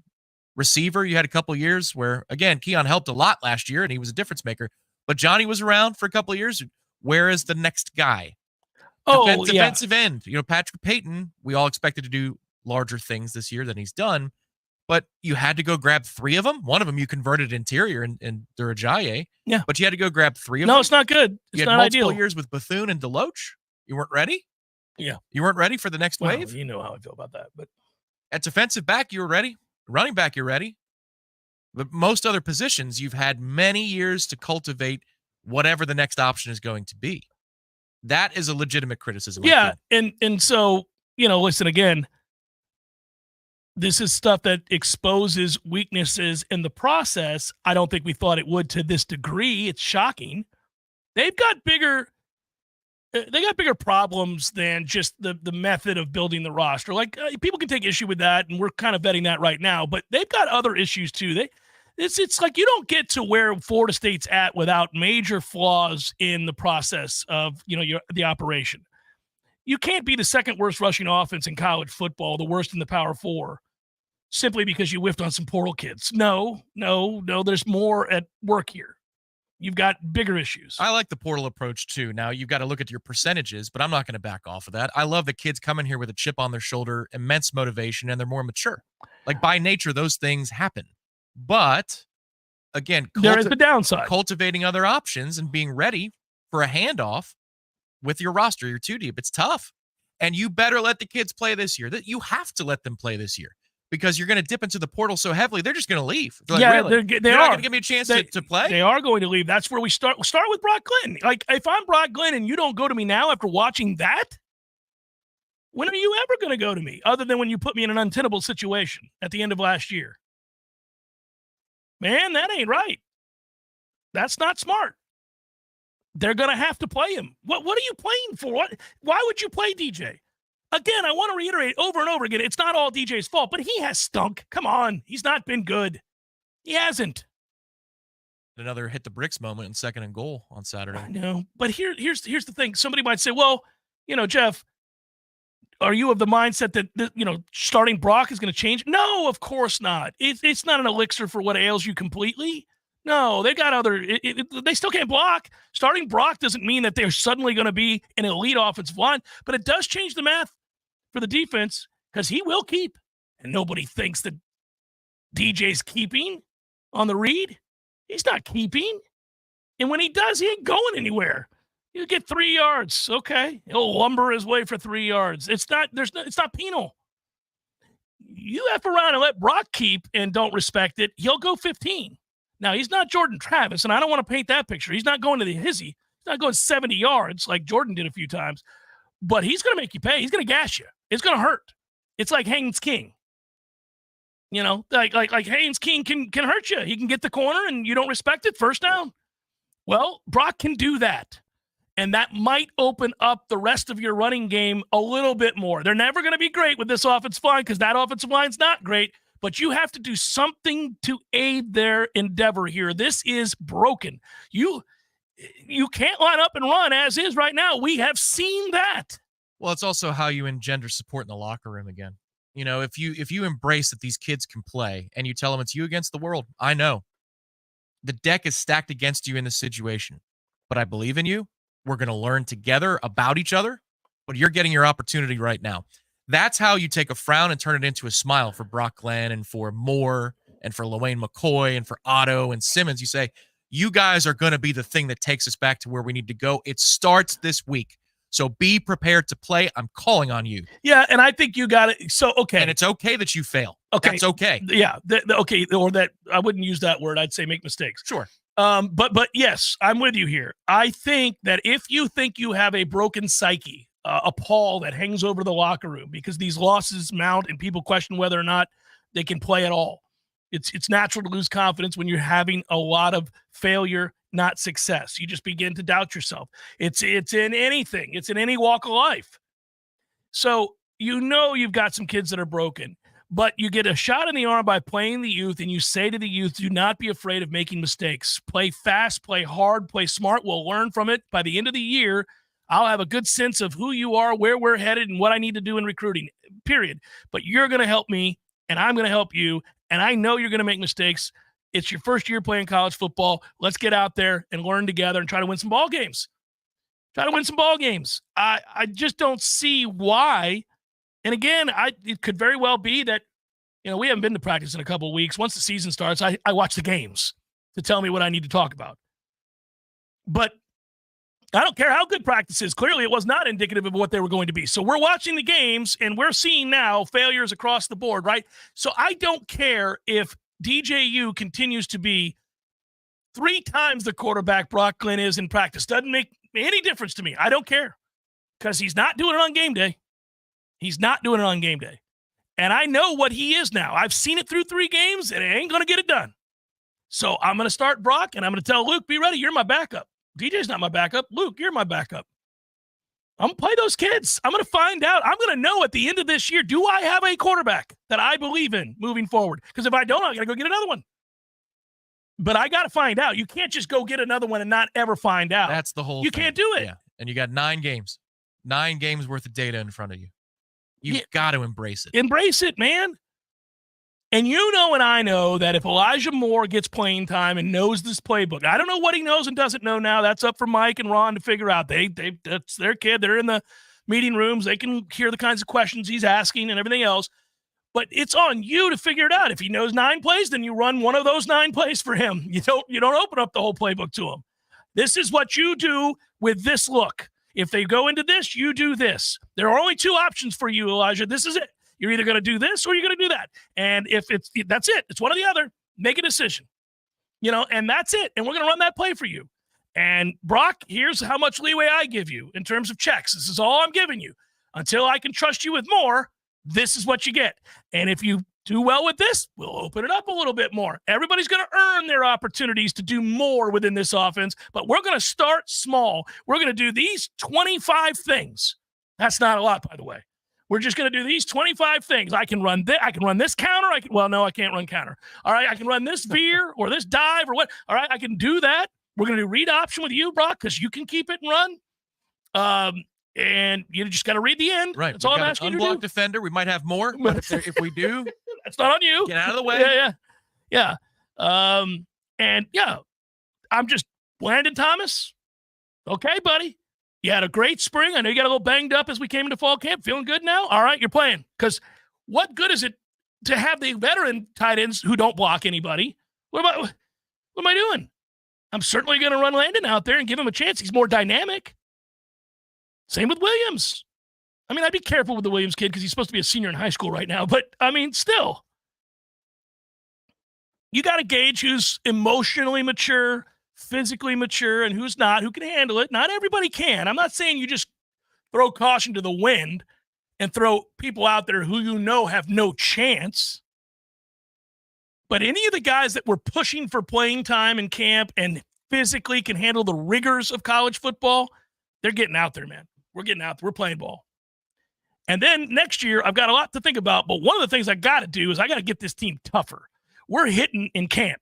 We're not doing this nonsense. We're hitting in camp. There's going to be a day every week where we're busting that ass. You're going to know how to tackle because you're going to tackle in practice.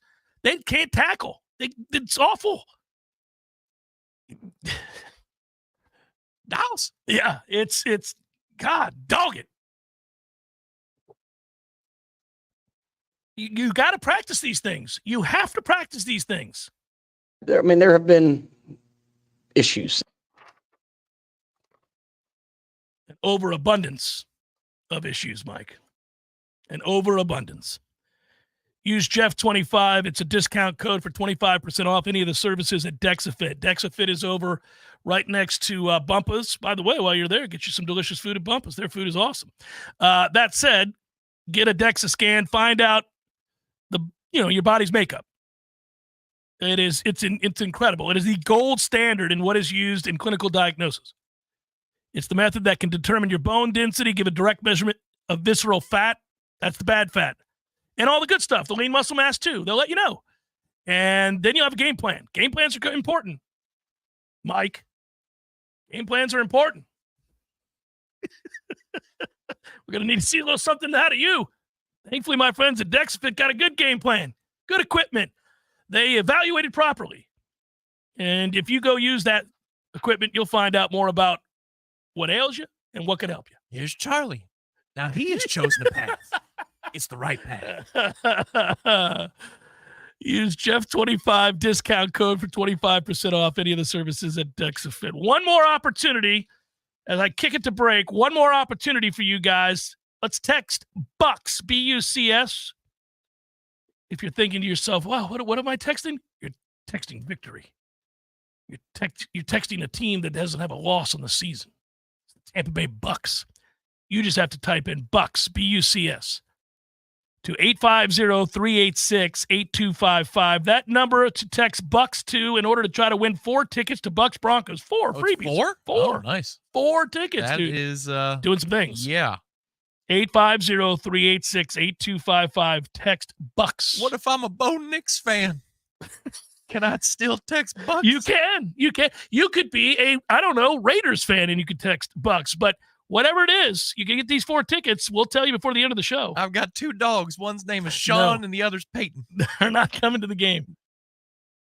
They're not coming to the game. I named him after Sean Payton. I understand what you done. He's my hero. Yeah. That means you love opioids. 850-386-8255. Text BUCS.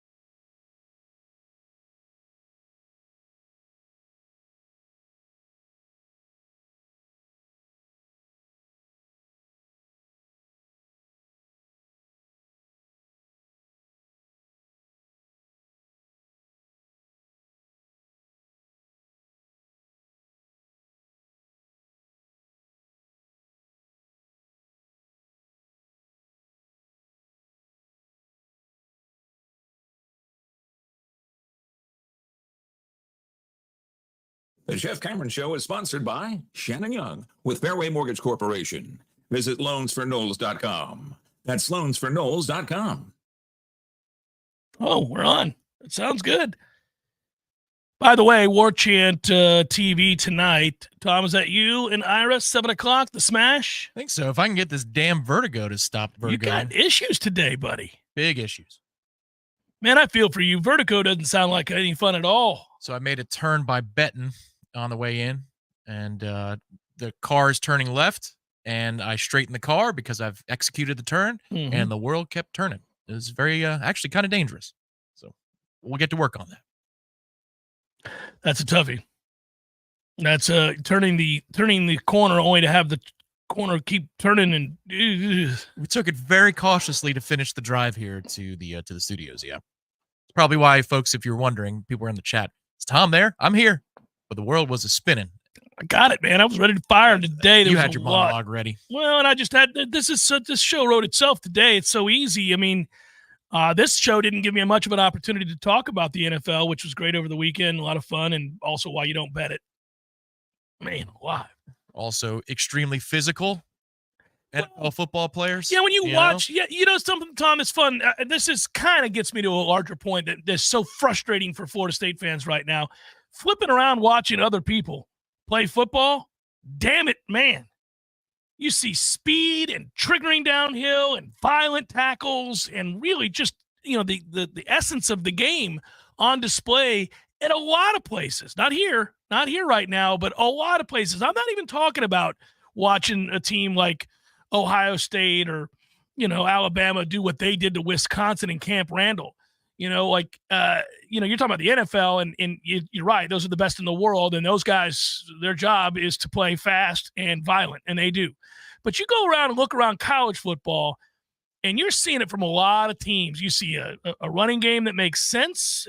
Schematically, it's blocked up the way that you would think it would be for that particular kind of play. You know what I mean? Like, you're not seeing things that don't seem to fit. You see game plans that are adapted to personnel. You see a lot of stuff that you just don't see here. And it's freaking annoying because those are basic things. I shouldn't have to just be yearning to see basic tenets play out. Okay, this is what we're going to do because this is what kind of team we are. This is our identity. Well, what's our identity? There's no identity here. They don't have any identity. No, and this is part of what Norvell was talking about today, too. He said these are day one things that are showing up. Like, he was willing to say that. And that's alarming. Also, when you're bringing that up in conjunction with, I've had to have conversations. So what is it that you're doing? What are you putting in when you're not here? Oh, boy. So now you're willing to speak publicly about a questioning of a commitment level from at least some guys on the roster, because these are day one football things that I'm seeing break down, techniques that are not being followed. The NFL, they're professionals. And the thing is, you almost have to treat these kids and use that word, especially the ones that are highly compensated. Guys, you're paid. You're paid handsomely. You got to do the basics. Dear Lord. I went 5-5 again. Did you really? I went 5-5 again with Redemption Thursday. If you like mediocrity, kids, we are a 500 train around these parts. I will go 500 on a betting weekend for my Redemption Thursday picks. I won't go over. Coin flip Thursday. It is good. God. Yeah, I lost the LSU game. I lost the FSU game. I lost the Florida game. I was off to a great start. I was 0-3, and then I was like, okay, let's see what we get here. Pitt comes back and beats West Virginia. Wow. Suck it. And the coach says he beats the officials, too. Yeah. In his postgame. I know. So I had Pitt. I had UConn plus 16.5. They covered. They lost in overtime to Duke. Duke's not any good. I took USF to house Southern Miss. They did. I took Indiana to crush UCLA. That was my best bet. That game was over 5 minutes in. Six got him rolling up at Indiana. Undefeated year one. Go on to the West Coast and just paste UCLA. So that was a paltry minus 2.5. I did win in my real life on that one. And Buffalo, buddy, covering. So that's good. So I ended up thinking, okay, good. I just got 2 NFL games. I'm guaranteed not to have a losing week. And Jacksonville lost to Cleveland, and San Francisco lost to the Vikings. And just like that, I'm 5-5. I got those tall boys. That's the I'm still into you for a lot, but that's the NFL. It's staring at you. It's not blinking. You sure about that bet? I understand your logic. Go ahead and place it. Go ahead. You want to make that bet, do you? Number's 3.5. Well, that's just like the Texans screwed me last night. I was given 6.5. 19-13. That's what we're doing out here. 19-13. How good is Vegas? 19-13. The sorry-ass Bears mustered nothing on offense. And here I am covering by 6. Just need to kick a field goal. Just need a little something. 19-13. That feels like what the offense we're watching is from. Oh, buddy, doesn't it? Doesn't it? It's by the way, you can also see why, if you were Texas, that you would have paid whatever you needed to pay and embraced whatever you needed to embrace to go get Arch. Sweet Jesus. I didn't know he could run. Nobody did. That Manning? kid's out here flying. Oh my God. Well, remember Cooper It's was a Cooper. receiver. Cooper Yeah. could run. Yeah, he could run. But yeah, man, that kid is thick. He's fast. Got a cannon for an arm. Smart. Great. They're set a quarterback for years to come. Well, only one more. He could go next year, and most certainly he will. Yeah. And Grandpa's going to say he could only be drafted by these 3 teams.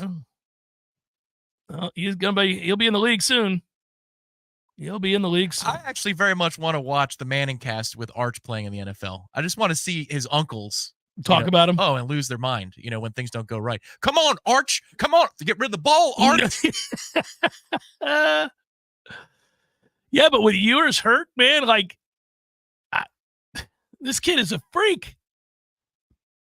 He's actually now posted on the odds to win the Heisman. Plus 1,600. They just added him. He's 16 to 1. Mm-hmm. Good Lord. Well, the name.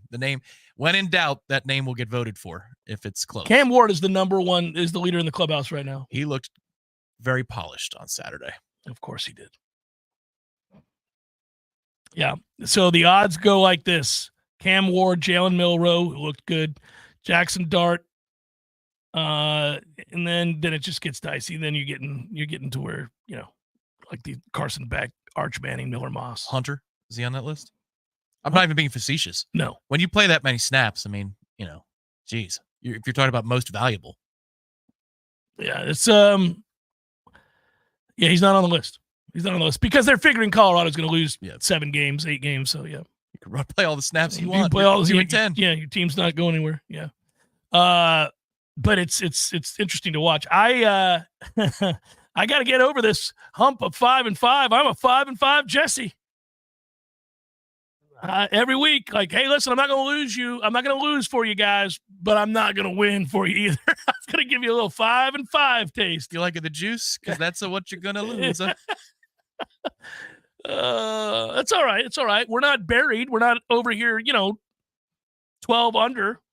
We're not operating at a deficit. We're okay.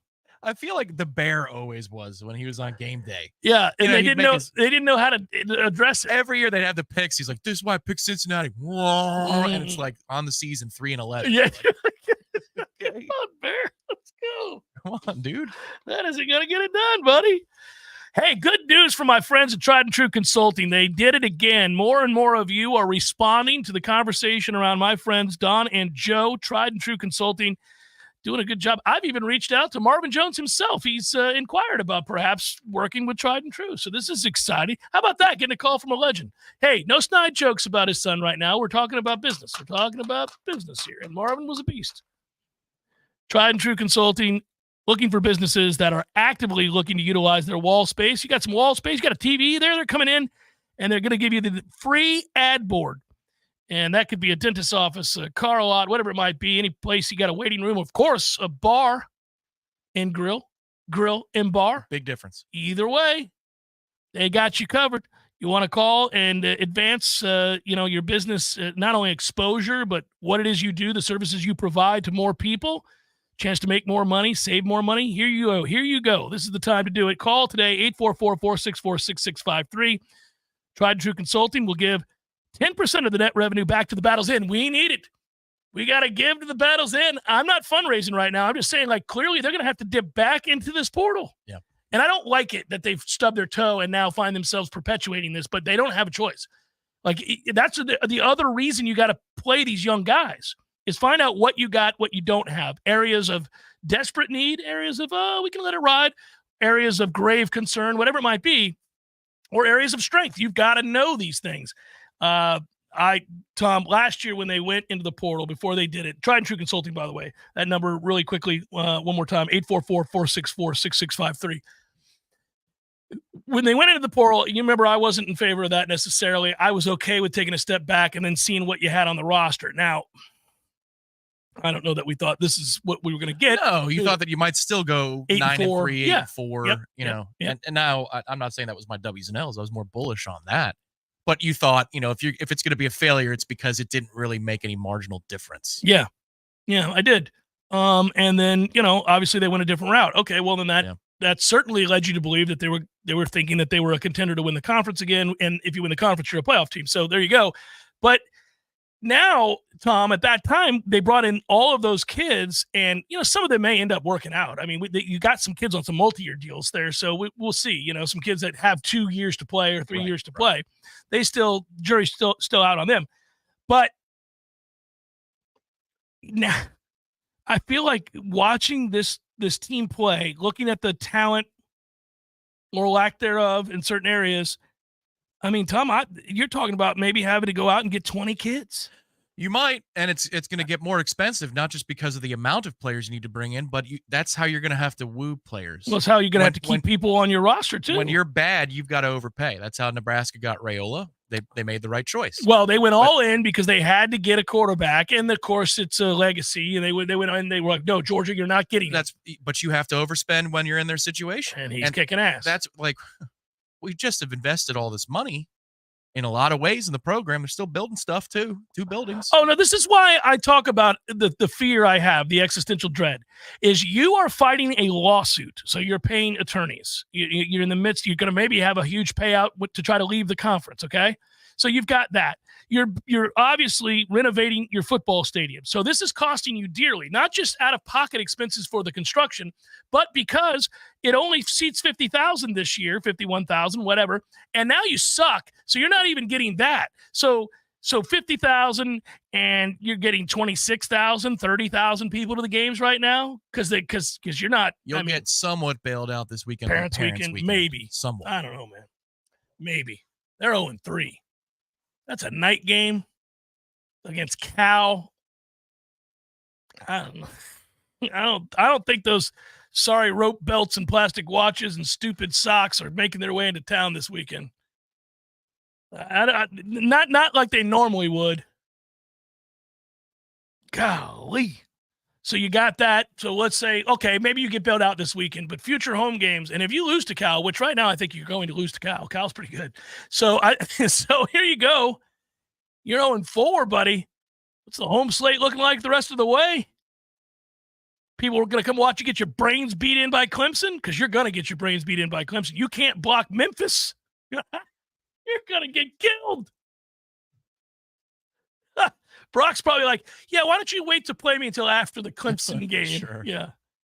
Sweet Jesus. But, I mean, so what are you going to get, 20,000 people at these games? You know how much money you're losing? You were already going to lose money because of the construction, limited seating. Now you're not any good. People aren't even filling up what they do have.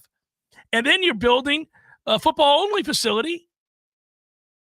Yes, you are. And you've got to and now you're going to have to overspend for a roster retooling because your coach screwed up. Make some coaching changes. You just gave Mike a big raise. You're going to have to fire some of those coaches who you just gave raises to for no effing reason. But anyhow, so now you got to fire those guys, pay them off, and bring in these new coaches. Hello, this is David Coburn. Oh, buddy.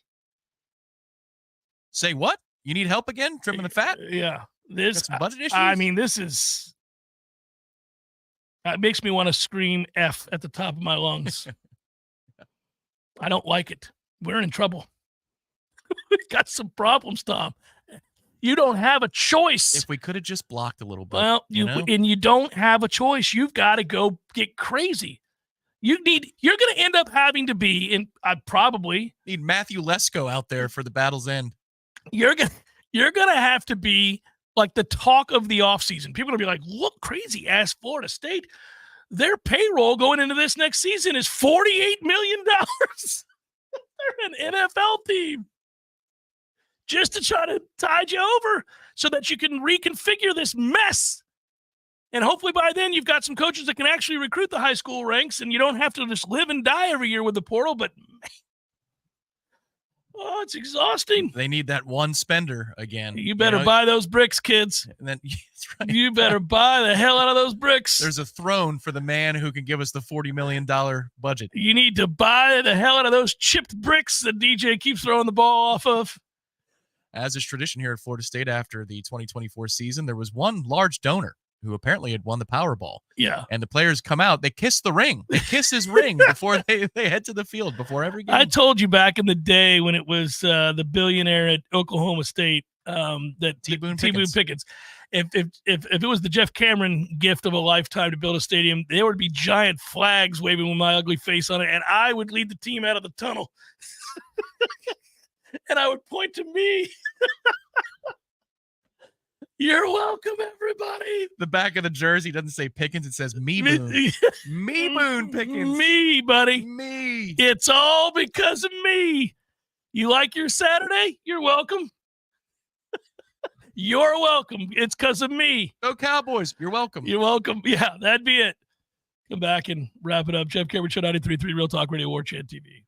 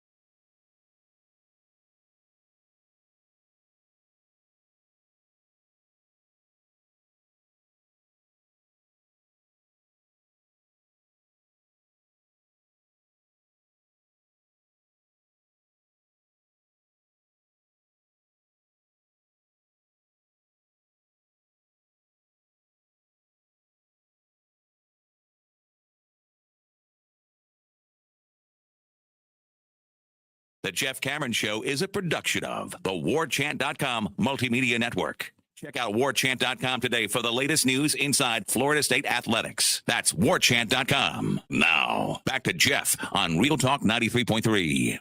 It's Jeff Cameron Show rolling on. Did want to mention here, did you see McElroy? I don't have to do this, but he brought up he believes the snub is still affecting Florida State. I don't know if that's true or not. Look, I've heard people say that. The snub might have resulted in some decisions that were made subsequent. 100%. that affected Florida State, but I don't think the players are in the locker room worrying about the snub. I don't think that's what caused 0-3. It wasn't an obsession with the snub that sees them not care or play without consistency.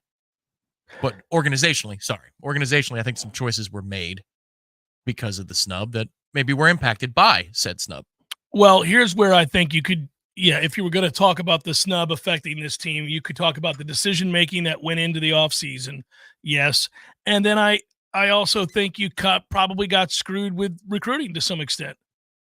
I think if you are in the playoff last year, that changes the whole perception of your program. It's a lot of basic questions that you have to contort yourself to answer by what the invitational committee did. Sure. Yeah. That's just a truth. That's not complaining. That's just a fact.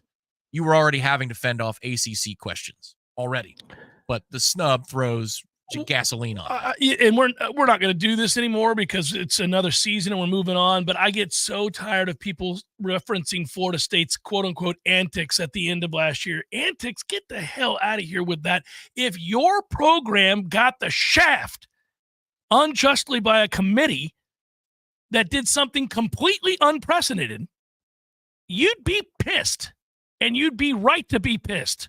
Stop describing Florida State fans as being nuts for being pissed about getting screwed. That's a ridiculous way to refer to what happened last year. They're pissed, rightfully so. Now, again, we don't need to go down that road again, and we have to move on. You don't have a choice in life. You get screwed, you get back up, and you move forward. That's all you can do. But get out of here with the nonsense that I hear from a lot of analysts and people who are paid to do this for a living saying, well, Florida State, nobody has sympathy for Florida State because of the way they reacted to last year's playoff committee. But get the hell out of here. The way they reacted. Oh, well, that's okay. Thank you for your consideration. Yeah, thanks. Yeah, guess we don't deserve to go. It was an honor just to be nominated. Yeah, really, really appreciate you. Thanks for effing us out of millions of dollars. Sure, it's all right, though. Don't worry about it. I'm sure you would have handled it very calmly had it happened to your program. You'd have been like, these things happen, guys. If that happened to Bama, dear God. Well, an undefeated Bama, undefeated Bama, yes, and rightfully they would be livid, as anybody would have been. You can say that these two things are true, that the setup was always inviting that kind of a screw-up, and it was. You had 5 Power 5 conferences with 4 spots. They got lucky in the past that it didn't hurt them earlier. But anybody that would have been in a position to have gone undefeated in one of those conferences the way we did and then not get invited for a team that did lose a game at home, by the way, listen, that nobody's going to take that well. Nobody's going to be like, that's all right. That's okay. Seems fair to me. We'll just try harder next year to impress you guys because the games don't matter. We just got to be more impressive, apparently. It's just nonsense. I really. So I heard that. I mean, it's one thing to talk about that. They were talking about the snub. They're like, well, a lot of people like to make fun of Florida State because of their antics last year. Antics. It's not. That shares a tremendous character. It's getting beat up. Kicking down here. Please stop beating me up. Kevin Yelverton. Congratulations, sir. You have won 4 tickets to the Bucks Broncos game. It's in the 727. All right. That's a good area code right there. It's great. I remember when it changed. I'm sure you do as well. I do too, yeah. The 813 to the 727 and all that.